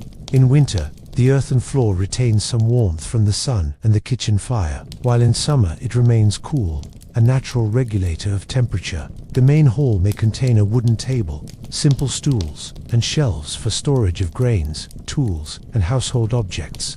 Earthen jars store water and fermented foods. Clay pots hold rice or millet, and woven baskets keep seeds and harvested crops. Every object is positioned with intention, chosen for durability and multi-purpose function, and every corner of the house is alive with the rhythm of labor and life. Inside the home, the kitchen is the heart of daily comfort. The clay or brick stove, often low to the ground, serves as the primary source of heat for cooking and warmth in winter months. Bundles of dried twigs, stalks, or dung fuel the fire, and the mother or eldest daughter tends it carefully, coaxing flames to life and ensuring that cooking proceeds efficiently. Simple cooking implements, such as iron or clay pots, wooden ladles, and bamboo strainers, are all multi-purpose and maintained with meticulous care.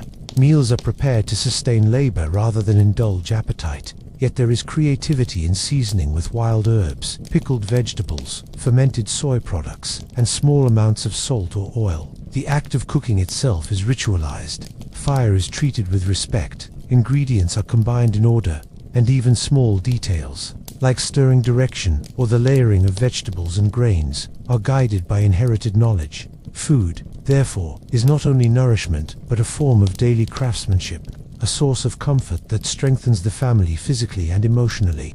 The sleeping quarters of a farmer household are equally humble yet thoughtfully arranged. Beds are typically simple platforms of woven bamboo or raised wooden frames, sometimes padded with straw mats for comfort. Blankets and quilts are hand-stitched, layered to adjust warmth according to season, and stored carefully during the day to keep the space tidy and dry. Privacy is limited.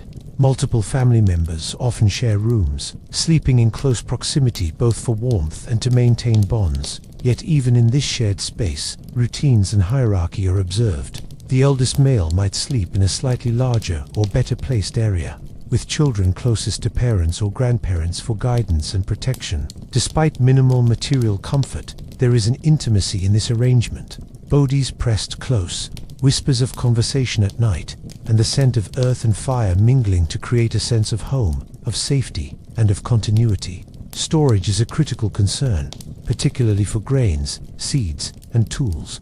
Earthen jars, wooden bins, and woven baskets are used to keep the harvest safe from moisture, pests, and theft. Granaries, often raised on stilts or constructed within the home, preserve rice, millet, and wheat for months or even a full year. Proper storage is as much a skill as cultivation itself, requiring knowledge of humidity, ventilation, and rotation of supplies to prevent spoilage. A failed granary could undo months of work, leaving the family vulnerable. and so meticulous attention is given to every detail, sealing jars with clay, covering bins with straw, and monitoring for insects or mold. In this way, comfort and survival are intertwined. A well-maintained home, tools, and storage provide security and peace of mind that allow the farmer and his family to rest, work efficiently, and plan for the next season. Even leisure, when it appears, is shaped by practicality and familial care. Storytelling, music, or simple games provide respite, but also reinforce tradition and education. Children might practice weaving, knotting, or simple arithmetic, learning the skills they will need as adults. Adults may repair tools or clothing, mend baskets, or prepare herbal remedies, all activities that blend productivity with relaxation. The household fire often serves as a gathering place where the family exchanges news, discusses crop management, and shares stories of ancestors, weaving together comfort, instruction, and social cohesion. These small pleasures, often invisible to outsiders, are the quiet markers of a life structured by labor but enriched by knowledge, creativity, and relational bonds. Clothing, shelter, and daily comforts also serve a symbolic function. The way a home is maintained, the tidiness of the courtyard, and the repair of garments reflect moral virtues, diligence, care, frugality, and respect for the environment. Children learn that comfort is earned through labor, that survival is inseparable from skill, and that attention to small details carries consequences both practical and ethical. Even in scarcity, the family cultivates a sense of pride in their living space and possessions, understanding that ingenuity and respect for the materials at hand transform minimal resources into enduring utility. In winter, these aspects of life become especially pronounced. The fire is stoked constantly, clothing layered to retain heat, bedding adjusted for warmth, and meals cooked to maximize energy. Families might spend entire evenings around the hearth, repairing tools, weaving mats, or preparing food for the coming days. Their movements synchronized like a silent choreography of survival and comfort. The scent of smoke, the warmth of the fire, and the presence of family combine to create an atmosphere of reassurance, anchoring the household through long nights and harsh weather. Even in summer, when heat presses against walls and rooftops, homes are designed to facilitate airflow, with windows or open courtyards allowing breezes to circulate, and garments remain loose and breathable to sustain comfort under the sun. Thus, in the life of an ancient Chinese farmer, clothing, shelter, and daily comforts are not luxuries but essential elements of existence, carefully crafted and maintained to protect, nourish, and sustain. They are expressions of knowledge passed down through generations, blending practicality with subtle artistry, shaping the physical, emotional, and moral life of the household.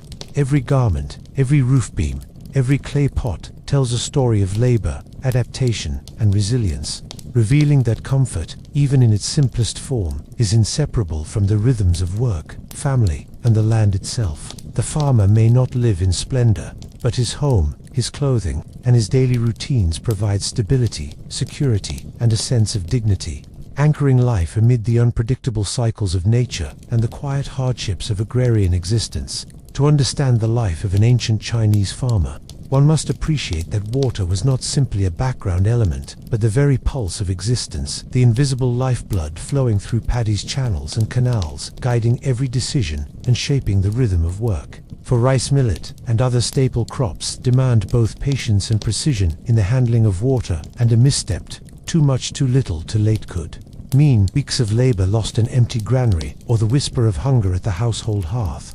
Picture the farmer rising at dawn, wading barefoot through the flooded paddies, fingers pressing into the mud to feel its texture, eyes scanning the channels that carry water from the nearest river or spring, listening to the gentle trickle or the subtle roar that warns of potential overflow, and moving with the practiced grace of someone who has spent decades understanding the capricious behavior of water in the fields. Irrigation is not simply pouring water onto soil. It is a science, an art, and a deeply human interaction with nature.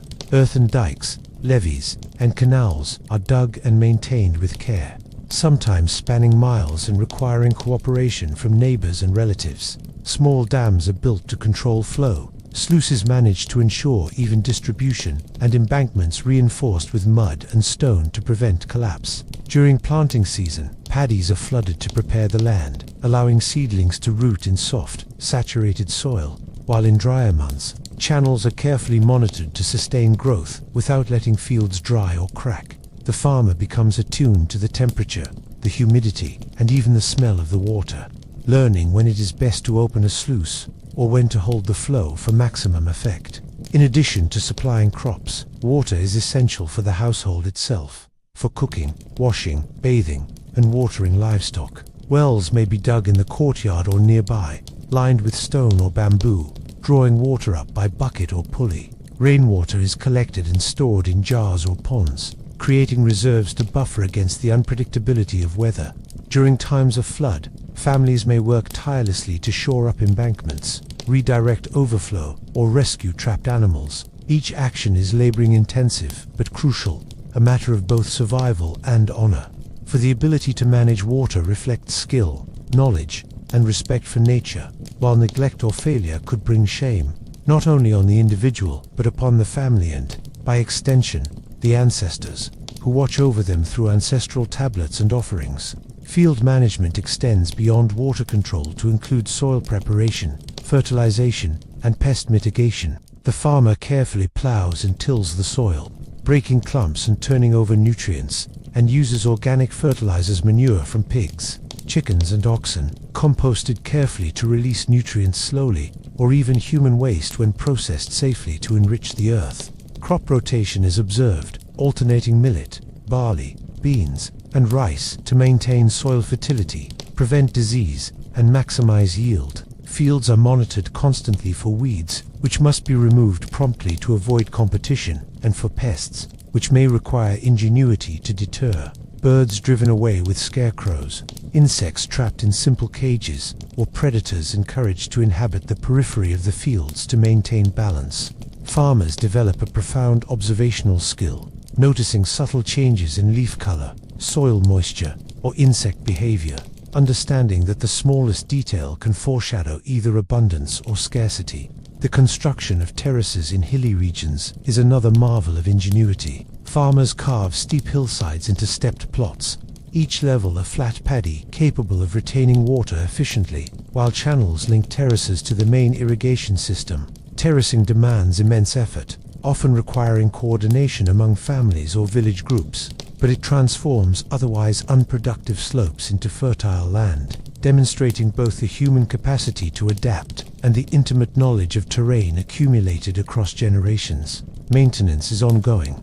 Terrace walls are checked for erosion, channels cleared of debris, and irrigation flow adjusted with each rainfall. In this way, the land becomes a dynamic canvas shaped by human hands, responsive to the seasons and alive with the interaction between nature and labor. In regions prone to drought, farmers employ water-conserving strategies, mulching soil with straw to retain moisture, planting drought-tolerant crops, and timing sowing to coincide with seasonal rains. Conversely, in flood-prone areas, levees are reinforced, drainage ditches deepened, and crops chosen for resilience to standing water.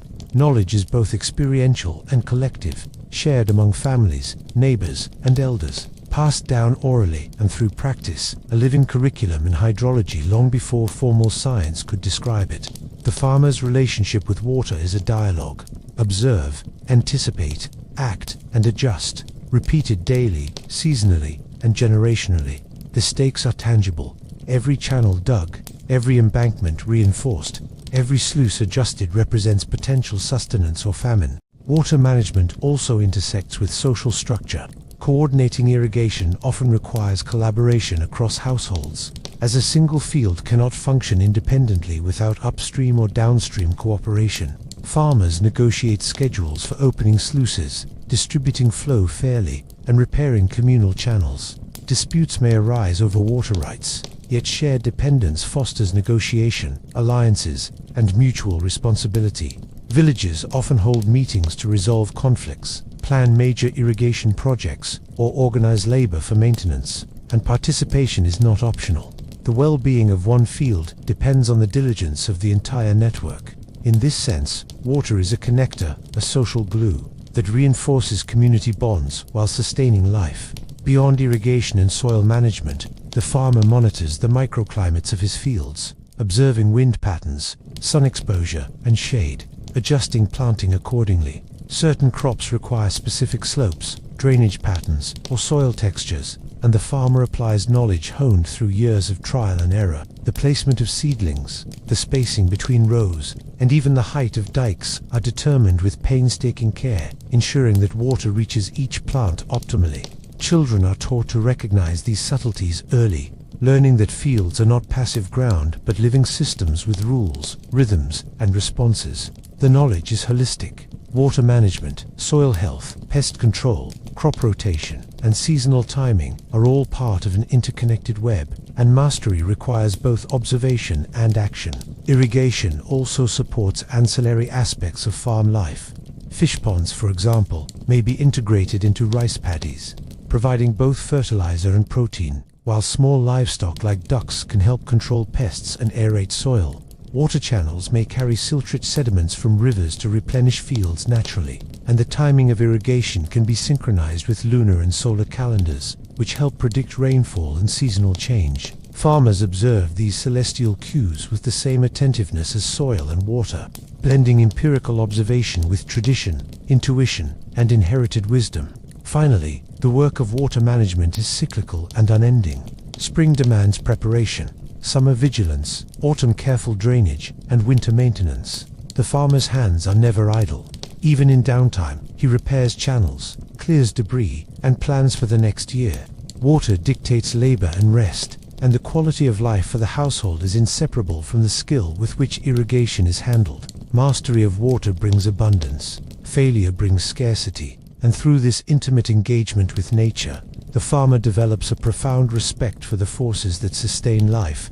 It is a life of observation, patience, precision, and cooperation, a constant dialogue with rivers, rainfall, and soil, and through it all, the farmer ensures not only survival but continuity, maintaining a balance that supports his family, his community, and the land itself. In the ancient Chinese farmer's world, water is life, labor is knowledge, and fields are classrooms. The meticulous tending of canals, paddies, terraces, and dikes reflects a sophisticated understanding of the environment, combined with social cooperation and moral responsibility. Every sluice adjusted, every embankment reinforced, every seed planted and precisely irrigated. Soil is part of an ongoing story of survival, resilience, and human ingenuity, story repeated across generations, shaping not only harvests but the very fabric of rural society. To walk through these fields is to witness a delicate harmony, where human hands and water currents dance together, and where each season's labor carries the weight and promise of life itself. To truly understand the rhythm of an ancient Chinese farmer's day, one must recognize that the tools he wielded and the techniques he employed were not mere implements or rote habits, but extensions of his body, his knowledge, and his relationship with the land, cultivated over generations and adapted to the caprices of weather, soil, and season. For without mastery of these instruments and methods, survival would be precarious and labor futile. Picture the farmer rising before the first glimmers of dawn, the sky still tinged with the faintest blush of night, and reaching first for the plow, a humble wooden frame tipped with iron, worn smooth by years of use, the handles polished by countless hands, its edges reflecting the light in a muted gleam. He inspects it carefully, checking for splinters, loose bindings, or dullness in the blade, knowing that a neglected plow can waste hours of effort or even ruin the soil, and that proper maintenance is as critical as any act of planting. Next to him, the ox waits patiently tethered to the plow's yoke, sensing the day's labor in the tug of the harness and the subtle commands of the farmer's voice or the pressure of his feet. The plow is guided through the soil, not by brute force alone, but by rhythm and intuition, each furrow a lesson in balance, depth, and moisture. And as the ox steps steadily forward, the farmer's hands adjust, pressing or lifting, correcting for stones, clumps, or soft spots, reading the land like an open book whose language is texture, color, and sound. Beyond the plow, other implements complement every stage of labor. Hoes, with their broad wooden handles and iron blades, are essential for breaking up clumps of soil, uprooting weeds, and shaping small terraces or irrigation ditches. A skilled farmer wields the hoe with a rhythm, both efficient and economical, alternating swings with rests, listening to the satisfying scrape of earth against iron. and noticing even minor changes in soil resistance that might indicate moisture content or compaction. Sickles, curved and sharpened to a keen edge, are indispensable during harvest. The cutting of millet, wheat, or rice is precise and deliberate, each stalk grasped, bent and severed in a motion repeated thousands of times, forming an almost meditative cadence where labor itself becomes both exercise and reflection. The baskets and woven trays used to collect and transport grain are crafted from bamboo or reeds, lightweight yet sturdy, allowing the farmer to carry heavy loads without sacrificing speed or balance.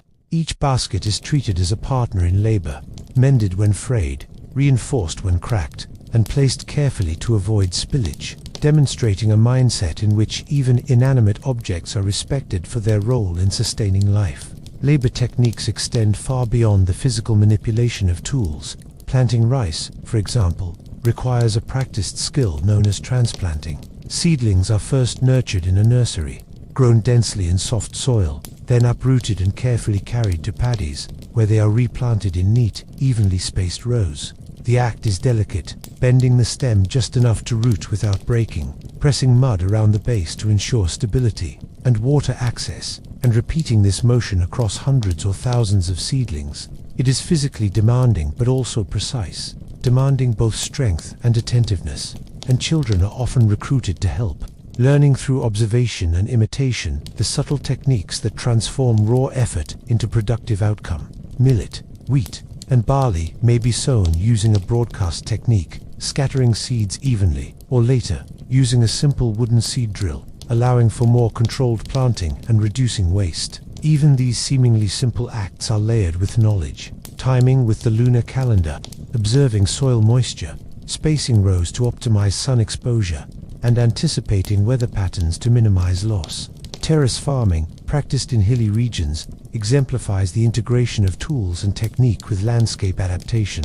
Each level of the terrace is constructed with stone or packed earth, the walls reinforced to retain water, and channels carefully laid to allow controlled irrigation. Maintenance is constant. Erosion must be repaired promptly, soil replenished with compost or sediment, and channels adjusted for seasonal rainfall. Tools used in this work include simple hammers, wooden mallets, digging sticks, and baskets for moving earth or stones. Labor is shared, often by extended family or neighboring households, creating a rhythm of collective effort punctuated by quiet communication and observation. The terraces themselves are both functional and aesthetic, reflecting a deep understanding of slope, drainage, and plant physiology, and embodying a philosophy in which human labor harmonizes with the contours of the land, rather than imposing itself destructively. Even the act of irrigation relies on specialized techniques. Canals and dikes are dug with spades and hoes, levees built with mud and reinforced with stones, and sluice gates managed with careful precision. Opening a sluice too early could flood young seedlings. Too late, and water stress might stunt growth. Farmers learn to read subtle signs in water levels, flow speed, soil moisture, and vegetation, adjusting gates and channels accordingly. Observation, patience, and anticipation form the core of these techniques, as do coordination and communication with neighboring households, whose fields may be upstream or downstream. Water management is both practical and social. Effective techniques require not only skill, but trust and collaboration, reinforcing bonds that extend beyond individual families and into the village ecosystem. In addition to planting and irrigation, tools and techniques extend to pest control and fertilization. Simple methods, such as setting up scarecrows, burning small fires to ward off insects, or planting companion crops to repel pests, are complemented by the careful use of organic fertilizers. Manure from pigs, chickens, and oxen is composted before application, ensuring nutrients are available to crops without burning roots or introducing pathogens. Human waste, processed and mixed with straw, serves as fertilizer as well, and its careful use reflects both necessity and an understanding of ecological balance. Crop rotation, intercropping, and careful timing of planting and harvesting are all part of an integrated system of labor techniques, combining observation, experience, and inherited wisdom into a practical science that sustains families and communities alike. Maintenance of tools is another essential aspect of labor. Blades are sharpened, handles smoothed, baskets repaired, and plows oiled or reinforced. Neglect can render a tool useless at a critical moment, potentially compromising an entire season's labor. Children are trained to respect these instruments, learning not only to use them but to care for them, understanding that mastery includes preservation. Even small actions, like adjusting the tension of a plow harness or the angle of a hoe blade, demonstrate the nuanced knowledge embedded in daily work. Every movement, every gesture is intentional, reflecting a philosophy that labor is meaningful, skilled, and continuous. Labor techniques also carry social and educational dimensions. Apprenticeship is informal but constant.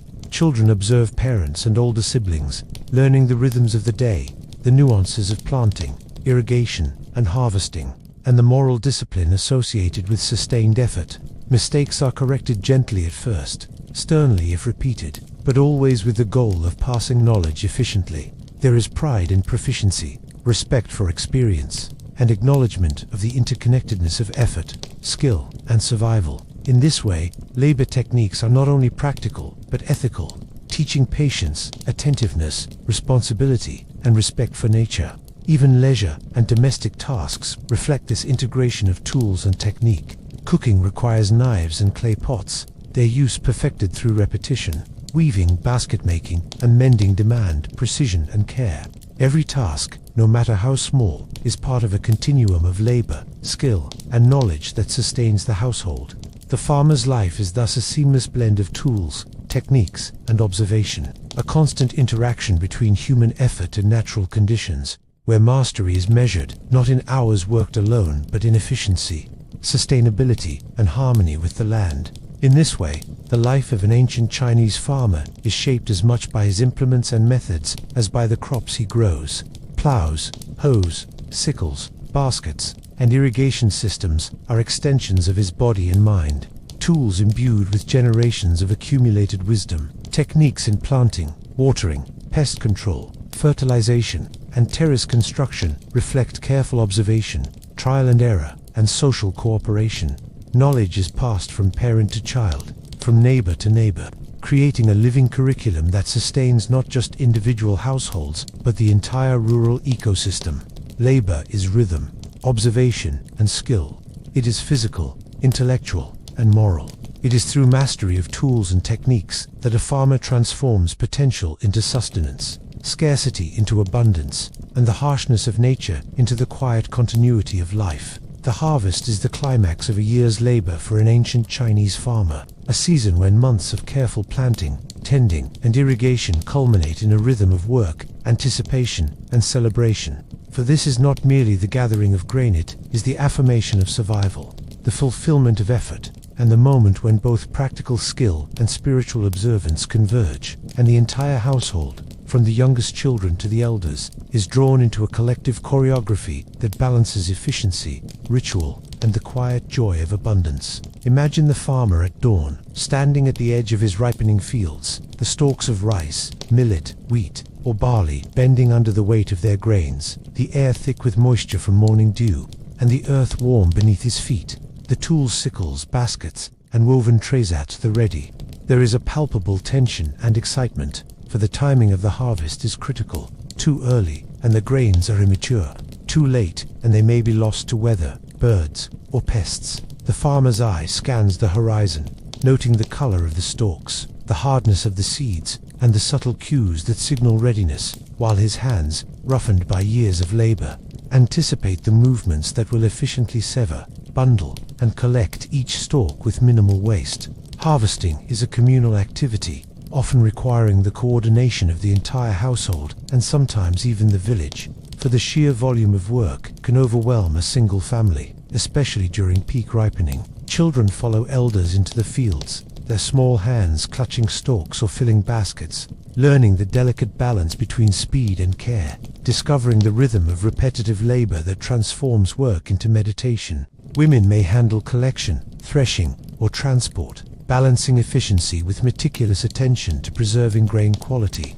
Elders supervise, offering guidance, correcting technique, and passing along knowledge accumulated over decades. The sound of sickles slicing through stalks, the rustle of bending plants, and the murmur of coordinated conversation create a sensory tapestry that embodies both the physicality and the social cohesion of harvest labor.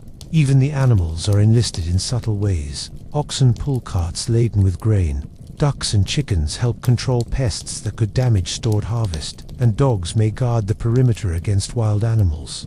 The entire household is a living machine, tuned to the pulse of the fields, and the rhythm of harvesting is as much about observation, adaptation, and precision as it is about sheer effort. Once the grain is collected, attention turns to post-harvest management, which is as critical as the act of reaping. Crops must be threshed, winnowed, dried, and stored with care to prevent spoilage, infestation, or loss. And these processes involve both technique and teamwork. Threshing often requires beating the stalks with flails or trampling with animals, separating kernels from husks with a practiced hand, while winnowing uses wind, baskets, and sieves to remove chaff. The farmer observes carefully. If the grain is too damp, mold may set in. If stored improperly, pests may invade. If dried too aggressively, the kernels may crack or lose weight. Every step is guided by experience, intuition, and sometimes advice from elders or neighbors who have faced similar challenges.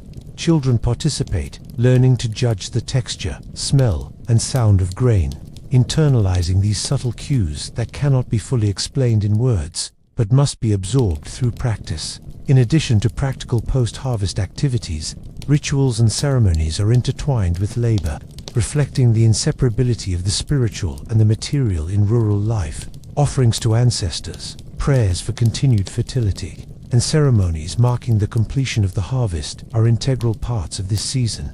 Families may present the first grains on small altars or in village temples, burning incense and reciting traditional phrases that honor both the land and those who came before. These rituals are not merely symbolic. They reinforce social cohesion, instill moral lessons in children, and create a sense of continuity with past generations. Even the act of storing grain can carry ritual significance, placing the first jars in a prominent position, covering them carefully, and acknowledging the labor that brought them into being. Through these practices, work becomes both sustenance and devotion, and the household aligns its labor with cultural and spiritual norms. The harvest is also a time of celebration and communal exchange. Once immediate work is complete, families often host or attend gatherings, sharing portions of the yield with neighbors, exchanging seeds, or assisting other households still engaged in field work. Food prepared from newly harvested crops, steamed rice, millet porridge, fresh vegetables, and small offerings of meat or fermented soyas served in abundance.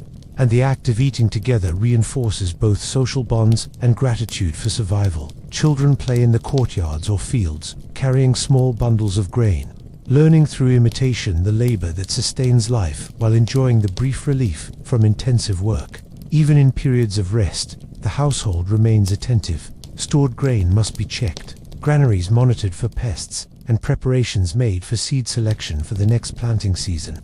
In this way, the end of one cycle is immediately linked to the preparation for the next, creating a seamless continuity of labor, observation, and stewardship. Harvest rituals also serve educational and ethical purposes. Children witness the respect given to the land, the gratitude expressed to ancestors, and the moral obligations tied to sustaining life.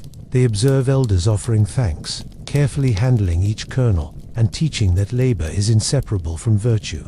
Mistakes in post-harvest handling are corrected not just for practical reasons, but as lessons in responsibility, patience, and diligence. Over time, these lessons accumulate, shaping not only skill but character, instilling values that extend beyond the fields into every aspect of daily life.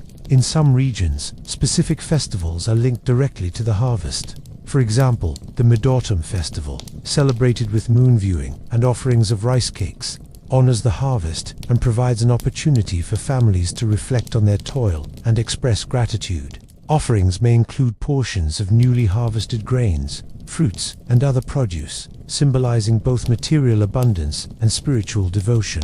Villagers come together to perform dances, share songs, and recount stories, reinforcing social cohesion and the shared experience of agricultural life.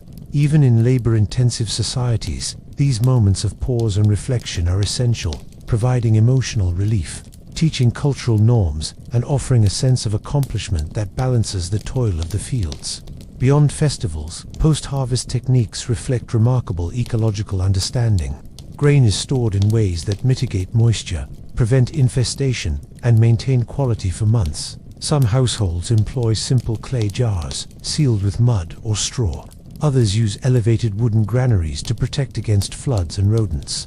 Rotation of stored grain, observation of pests, and strategic placement within storage areas demonstrate a sophisticated knowledge of microclimates and pest behavior.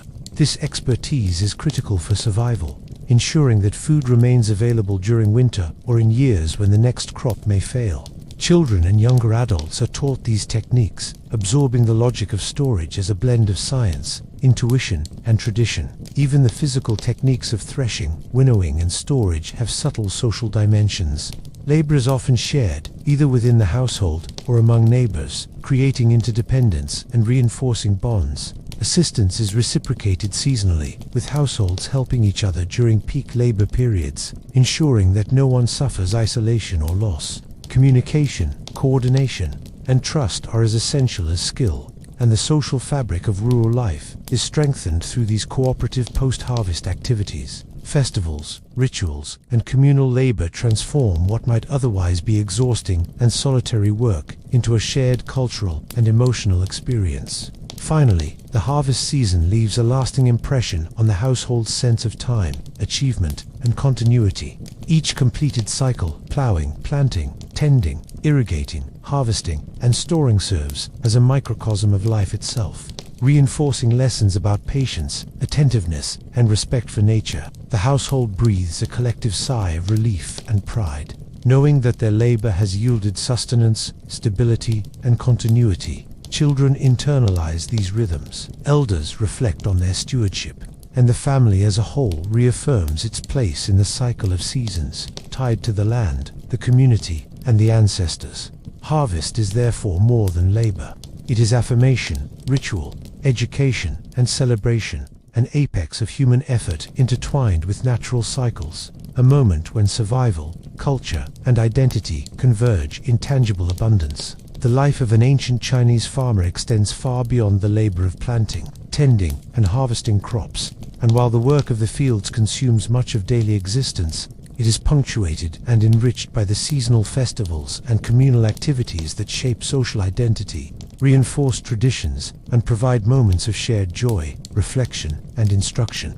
For these occasions are as essential to the fabric of rural life as the soil itself, embedding ethical lessons, cultural continuity, and a sense of belonging in ways that the repetitive rhythm of labor alone cannot achieve. Imagine the village at the turning of each season. The air shifts subtly with the sun and wind children. Sense the approaching festivals, elders prepare offerings, and the courtyard and fields become stages upon which ritual, community, and daily labor converge. Spring, for instance, is marked not only by the urgent preparation of fields, but also by the Qingming festival, the tomb sweeping day, during which families journey to ancestral graves, sweeping away weeds, cleaning stones, and presenting offerings of food, incense, and paper tributes. The act is both a literal and symbolic cleansing, clearing the old to welcome the new, honoring those who came before, and teaching children the intertwined values of filial piety, gratitude, and respect for life. Principles that guide daily labor as surely as any practical instruction in plowing, sowing, or irrigation. The Qingming festival also reinforces community bonds, for families often travel together, forming groups that cross neighborhood boundaries, sharing news, labor, and collective attention to ancestors' resting places. Villagers may assist one another in maintaining common pathways, repairing small shrines, or helping transport offerings, creating a sense of interdependence that mirrors the cooperation required for irrigation, planting, and harvest. Children learn not only ritual etiquette, but also social responsibility, observing how adults negotiate labor and leisure, balancing family duty with communal participation. Stories of ancestors, local legends, and moral parables are recounted, often quietly at the graveside, sometimes animatedly during the journey home, linking ethical instruction with tangible experience. In this way, festivals serve both educational and social functions, embedding communal memory, reinforcing moral codes, and connecting generations in ways that extend beyond mere survival. Summer, in contrast, brings the intensity of labor to its peak, but is punctuated by lighter festivals and occasions for communal respite. The Dragon Boat Festival, for instance, is timed to coincide with the planting of summer crops and the peak of labor in paddies, offering an opportunity to honor the poet. Ku Yuan, commemorate local legends and engage in community activities that blend sport, ritual, and celebration. Villagers construct boats, decorate paddles, and organize races, while families prepare rice dumplings wrapped in bamboo leaves, sharing them among neighbors and travelers. The festival embodies a harmonious blend of physical exertion, culinary skill, and ritual observance, teaching children cooperation, endurance, and the enjoyment of shared effort, while reinforcing the village network that is essential for managing irrigation, coordinating labor, and sustaining social cohesion throughout the demanding summer months. These communal rituals also allow for the circulation of news, seeds, and techniques, as neighbors exchange information about pest control, crop rotation, or innovative tool use, subtly integrating recreation with practical knowledge transfer. Autumn festivals, of course, are the most intimately tied to agriculture, reflecting gratitude for the harvest and reinforcing the centrality of labor, land, and community. The Mid-Autumn Festival, celebrated with moon viewing, rice cakes, and offerings of fruit, is not merely a poetic moment of reflection, but a ritual acknowledgement that the survival of families depends on the careful management of nature, the cooperation of neighbors, and the accumulated knowledge passed down through generations. Families gather in courtyards or temple grounds, lighting lanterns, sharing songs, and recounting ancestral stories. Children are taught the rhythms of lunar calendars, the significance of harvest cycles, and the ethical responsibility to honor both ancestors and neighbors. Even simple activities, such as carrying offerings or preparing food, are imbued with layers of meaning, demonstrating that everyday labor, celebration, and moral instruction are inseparable in the rural household. Villagers also use this season to plan communal work for the coming months. Repair of terraces, maintenance of irrigation channels, and preparation for winter are coordinated during the lull after harvest, demonstrating the intertwined nature of festivity, labor, and survival. Winter festivals, such as the winter solstice and Lunar New Year, anchor families within both temporal and cosmic cycles. The winter solstice signals the return of lengthening days, an auspicious moment for reflection on past labor and preparation for future effort. Families gather around fires, sharing warm foods prepared from stored grains and preserved vegetables, discussing the successes and failures of the year, and making plans for the next cycle of planting. Children receive moral instruction, learning to observe, respect, and replicate the knowledge and techniques of elders, while rituals honor ancestors, local deities, and the unseen forces believed to govern rainfall, soil fertility, and human fortune. The Lunar New Year combines practical preparation with spiritual observance. Homes are cleaned, tools repaired, seeds stored, and offerings presented, all accompanied by communal celebrations, storytelling, and the distribution of tokens or treats to children. These festivals mark time, regulate labor, and provide both emotional and spiritual sustenance, reminding families that human effort is embedded within a larger cycle of nature, social obligation, and ancestral oversight. Community life is inseparable from these seasonal celebrations, for village networks function as extensions of labor, spiritual practice, and social identity. Neighbors support one another during planting, irrigation, and harvest, but these interactions also extend to festivals, shared meals, and ritual observances. Villages coordinate schedules for communal labor, such as repairing levees or terraces, maintaining shared irrigation channels, or assisting households in need, while festivals provide opportunities for negotiation, alliance formation, and reinforcement of social norms. Knowledge about crops, tools, irrigation, and animal husbandry is exchanged informally during communal gatherings, ensuring that each household benefits from the collective experience of the village. Children learn these norms as part of both observation and participation, internalizing lessons about cooperation, fairness, diligence, and respect for elders. In this sense, festivals are not simply recreational, they are mechanisms for social cohesion, education, and transmission of cultural memory, ensuring that the labor of farming is both efficient and morally grounded. Seasonal festivals also reflect ecological knowledge, linking human activity to the cycles of weather, water, and soil. For instance, rituals and offerings are often timed to lunar phases, seasonal winds, or anticipated rainfall, guiding agricultural decisions in ways that blend observation, experience, and spiritual practice. The act of presenting grain, fruits, or cooked dishes to ancestors or local deities embodies both gratitude and an acknowledgement that the natural world is a partner in survival. Farmers learn that respect for cycles, both celestial and terrestrial, ensures continuity, and festivals serve as reminders that labor, ritual, and observation are integrated, not separate endeavors. Children witness the subtle interplay of work, celebration, and cosmic alignment, internalizing a worldview in which survival, community, and ethical behavior are inseparable.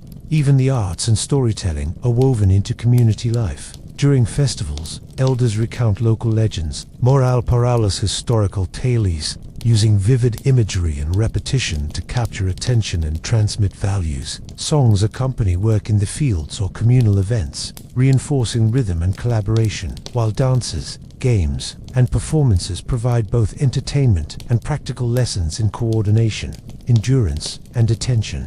Children participate actively, learning through imitation and practice, while adults model skill, patience, and creativity. In this way, cultural transmission is continuous, embedded in daily labor and communal celebration, ensuring that the accumulated wisdom of generations informs both technique and ethics.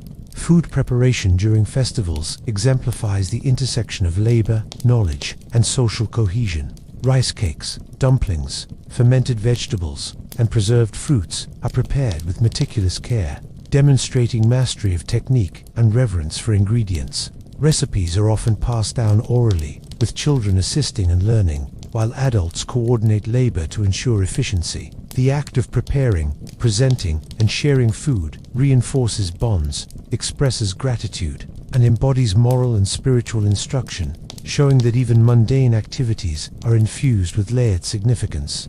Meals are thus both sustenance and teaching, nourishing body, mind, and spirit simultaneously. Ultimately, seasonal festivals and community life frame the farmer's year, providing structure, meaning, and cohesion. Labor alone could sustain survival, but festivals infuse it with narrative, rhythm, and moral grounding. They synchronize households within the village, align work with ecological cycles, transmit knowledge to the next generation, and offer moments of reflection, gratitude, and celebration, even as work intensifies during planting or harvest. These communal occasions punctuate the year with rhythm, ensuring that effort is recognized, skill is transmitted, and cultural memory is preserved. Children grow up observing and participating in both labor and festival, internalizing a worldview in which effort, community, and moral responsibility are intertwined, ensuring continuity across generations. Through the lens of seasonal festivals and community life, the farmer's existence appears not as isolated toil, but as a deeply integrated social, ecological, and spiritual endeavor. Each act of labor, each offering, each story recited under lantern light or moonlit skies, strengthens the bonds between household, village, and landscape. Knowledge is cumulative, experience shared, and ethical principles reinforced through participation in communal rituals and celebrations. The farmer's life, while grounded in the practical demands of cultivation, is enriched and structured by these social and cultural rhythms, demonstrating that human existence in agrarian China was simultaneously labor, devotion, education, and celebration, woven together in the quiet continuity of daily life. In the life of an ancient Chinese farmer, family forms the center of existence, the unit around which labor, ritual, and social identity revolve. For it is within the household that children first learn the rhythms of the fields, the subtleties of irrigation, the techniques of planting and harvesting, and, just as importantly, the ethical principles that guide their conduct and ensure the continuity of both survival and culture.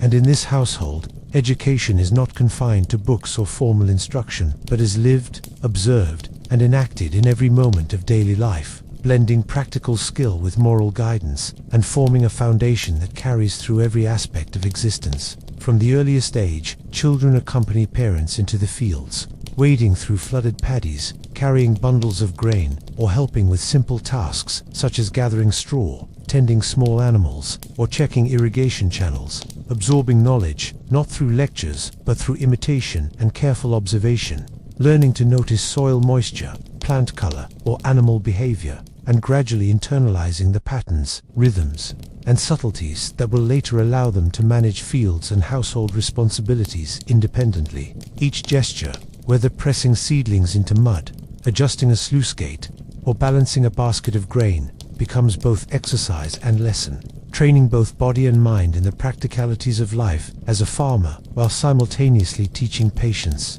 precision, and attentiveness, qualities that are as essential to moral development as they are to agricultural success. Education in the household is holistic, seamlessly integrating labor, observation, ritual, and moral instruction.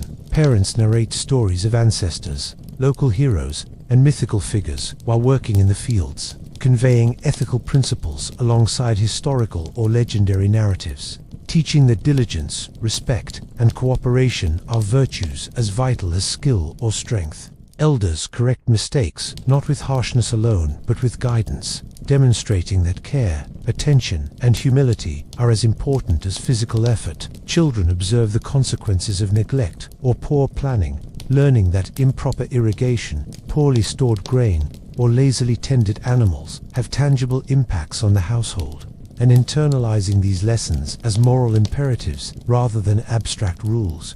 Household chores, such as cooking, mending tools, weaving baskets, and tending livestock, are similarly instructive, providing repeated opportunities to practice patience, coordination, and responsibility. The household becomes both classroom and laboratory, where ethics, skill, and social knowledge are inseparably intertwined.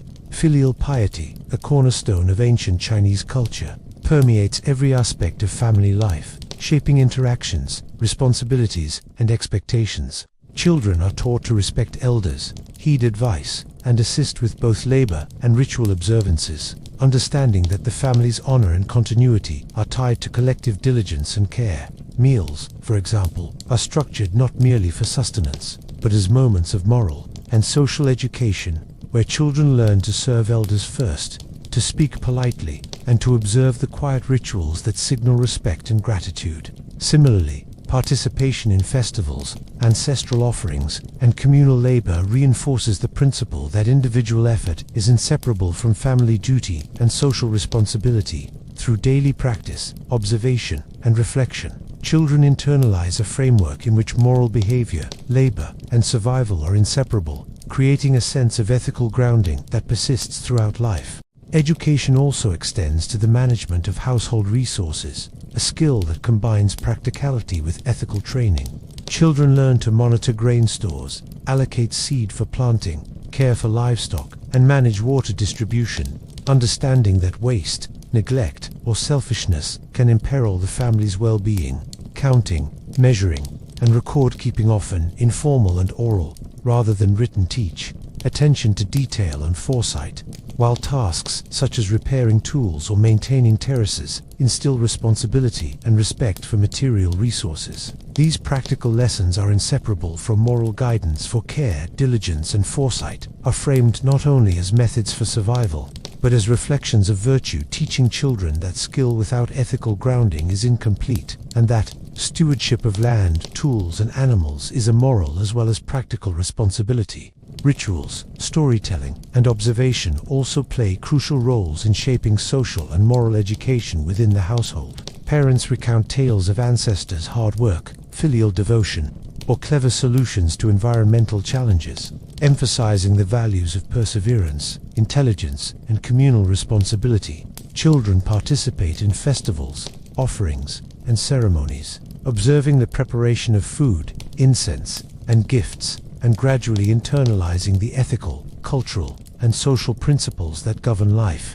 They learn that the household is part of a larger network of kin, neighbors, and ancestors, and that individual behavior affects both family reputation and communal harmony. Participation is both practical and moral, carrying offerings, assisting in ceremonies, or contributing labor to communal tasks teaches responsibility, attentiveness, and cooperation, while simultaneously reinforcing cultural identity and ethical norms. Even mundane tasks are imbued with lessons in diligence, integrity, and foresight. Sweeping the courtyard, washing clothes, or preparing meals becomes an opportunity to practice patience, care, and thoroughness, while observing the consequences of inattentions as pests, spoiled food, or damaged tools demonstrates the tangible impact of one's actions. Older children are entrusted with supervision of younger siblings or small aspects of farm management, learning leadership, accountability, and the balance between authority and care. Every activity, no matter how simple, carries a dual purpose: practical mastery and moral education, reinforcing the principle that life itself is a continuous classroom in which observation, effort, and ethical behavior converge. Education in the household is further complemented by exposure to the wider village community. Children observe neighbors' work, participate in communal labor, and witness the coordination required for irrigation, terrace repair, or collective festivals. Through these interactions, they internalize principles of fairness, cooperation, and negotiation, recognizing that survival and prosperity are not solely individual achievements, but communal responsibilities. Elders serve as role models, demonstrating both skill and virtue, while storytelling reinforces social memory, linking present labor and ethics to ancestral guidance and local tradition. Knowledge is thus both practical and social, embedded in observation, participation, and reflection, ensuring that each child emerges not only skilled in agriculture, but grounded in the ethical and cultural framework of rural life. The teaching of moral lessons also extends to interactions with the natural world. Children learn to respect rivers, soils, crops, and animals, understanding that the environment is both provider and partner in survival. Mismanagement of water, neglect of terraces, or cruelty to animals is observed not merely as a practical error, but as a moral lapse, with consequences that reverberate throughout the household and community. Elders emphasize stewardship, patience, and observation, teaching that careful attention to natural processes ensures sustainability and prosperity, and that ethical conduct is inseparable from practical success. Lessons are experiential. Noticing the color of leaves, the flow of irrigation, or the health of animals serves both as practical knowledge and as moral instruction, fostering an integrated understanding of life as interconnected labor, observation, and responsibility. Ritualized education also extends to spiritual awareness. Children learn to participate in offerings to ancestors, local deities, and spirits of the land, understanding that respect, gratitude, and moral conduct are essential components of both survival and cultural continuity. Household shrines, ancestral tablets, and seasonal ceremonies serve as both practical and ethical training grounds, teaching attentiveness, patience, and reverence. By observing, assisting, and gradually leading these rituals, children develop a sense of duty, cultural identity, and continuity, internalizing lessons about respect for life, the importance of memory, and the interdependence of family, community, and environment. Ultimately, the household becomes a microcosm in which all aspects of life, labor, skill, social interaction, ritual, and moral development. Children grow up observing and participating, internalizing lessons in responsibility, diligence, cooperation, and ethical conduct. They witness the consequences of negligence and the rewards of attentiveness, learning that every action has impact, that work is inseparable from virtue, and that survival depends on both skill and ethical grounding. By the time they reach adulthood, these lessons are deeply ingrained. They know the rhythm of the fields, the cycles of irrigation, the timing of planting and harvest, the care of tools and animals, and the ethical principles that bind the household and village together, creating a generation prepared not only to sustain life, but to perpetuate culture, wisdom, and moral integrity. In this way, family, education, and moral instruction are inseparable from the life of an ancient Chinese farmer. The household is both the center of labor and the arena of learning, where children absorb knowledge through observation, practice, ritual, and participation. Moral lessons are embedded in every task, every festival, and every interaction, teaching responsibility, patience, respect, and cooperation. Work and ethics are intertwined, skill and virtue inseparable, and through this integrated system, Generations of farmers ensured not only survival but continuity, cultural memory, and the ethical framework necessary for sustaining life within both household and village. The life of a farmer is thus a continuous cycle of labor, observation, education, and moral development, each reinforcing the other, creating a foundation for survival, prosperity, and cultural continuity that is as much spiritual and ethical as it is practical.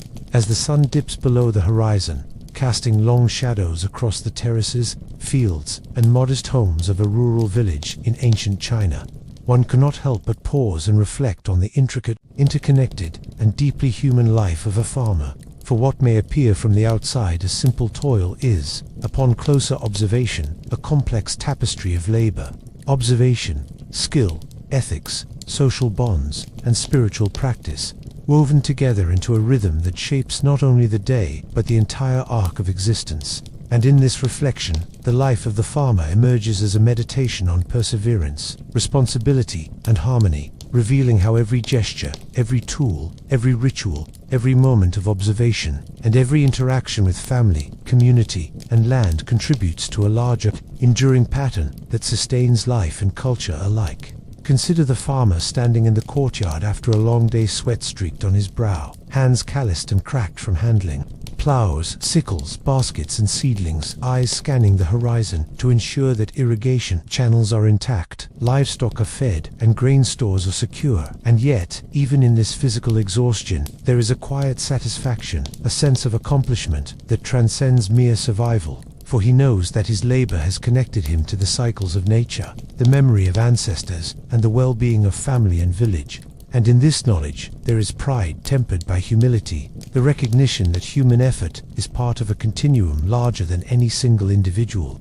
The day of the farmer begins before dawn, but it is not merely an act of waking early. It is a ritual of engagement with the natural world, a conscious alignment with the cycles of light, water, and soil. Each motion is deliberate, lifting a plow, inspecting a tool, guiding an ox, bending over seedlings, adjusting irrigation, or observing the behavior of soil and plant alike. Every gesture is informed by knowledge passed down through generations, refined by experience, and adapted to the specific conditions of a particular season, field, or weather pattern.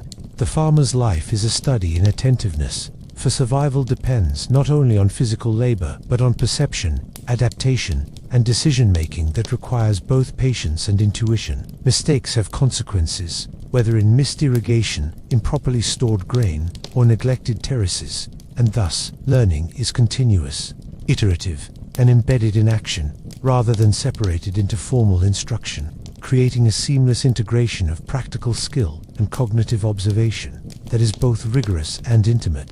Family life, interwoven with labor, is both the foundation and the framework of daily existence. Children grow up observing parents and elders, gradually mastering techniques of planting, harvesting, irrigation, tool maintenance, and animal husbandry, while simultaneously absorbing the moral and ethical principles that guide proper behavior, respect, and social cohesion. Elders model diligence, patience, and attentiveness, reinforcing values through demonstration rather than mere words, while rituals, storytelling, and shared tasks teach cooperation, responsibility, and filial respect. The household becomes both school and laboratory, where skill, virtue, and observation intersect, and where lessons are reinforced through repetition, reflection, and tangible consequences. Every act sweeping the courtyard, repairing tools, feeding animals, storing grain is a microcosm of ethical training, ensuring that children internalize not only the practical necessities of survival, but also the principles that maintain harmony within family, village, and environment. Community life amplifies these lessons, situating individual households within a network of interdependence. Villagers collaborate in irrigation, terrace repair, planting, and harvest, exchanging knowledge, labor, and resources to ensure collective survival. Festivals, ceremonies, and seasonal celebrations punctuate the year, offering moments of respite, reflection, and communal bonding, while simultaneously transmitting cultural knowledge and ethical values to the younger generation. Through shared labor and observance, children learn negotiation, cooperation, patience, and respect for both human and natural networks. understanding that success is neither purely individual nor accidental, but the result of sustained effort, ethical conduct, and social cohesion. Observing these cycles of cooperation, children internalize that labor is embedded within a moral and social universe, where skill, diligence, and virtue are inseparable from the rhythms of nature and community. The interplay between human effort and ecological awareness is another defining aspect of the farmer's life.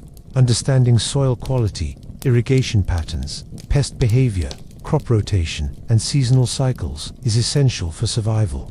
And these observations are taught through practice, observation, and guidance, rather than through abstract rules. Farmers learn to read subtle changes in plant color, soil moisture, animal behavior, and weather patterns, integrating these observations into decisions that affect planting, tending, harvest, and storage.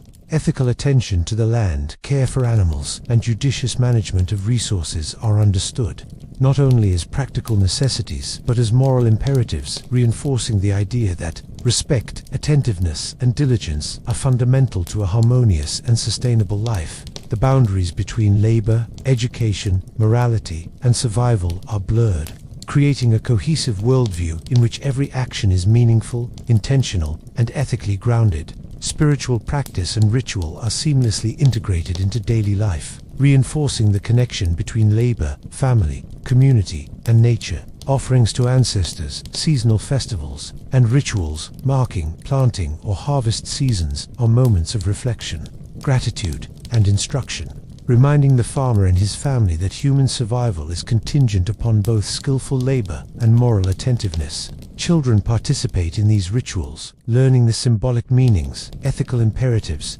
and cultural narratives embedded within them, understanding that reverence for ancestors, respect for the land, and cooperation with neighbors are foundational to life. Through repeated observation and participation, the rituals become internalized, teaching responsibility, attentiveness, and moral continuity alongside practical skill, ensuring that knowledge, ethics, and cultural memory are transmitted across generations. Even tools, often viewed as mundane, become extensions of knowledge, skill, and ethical practice.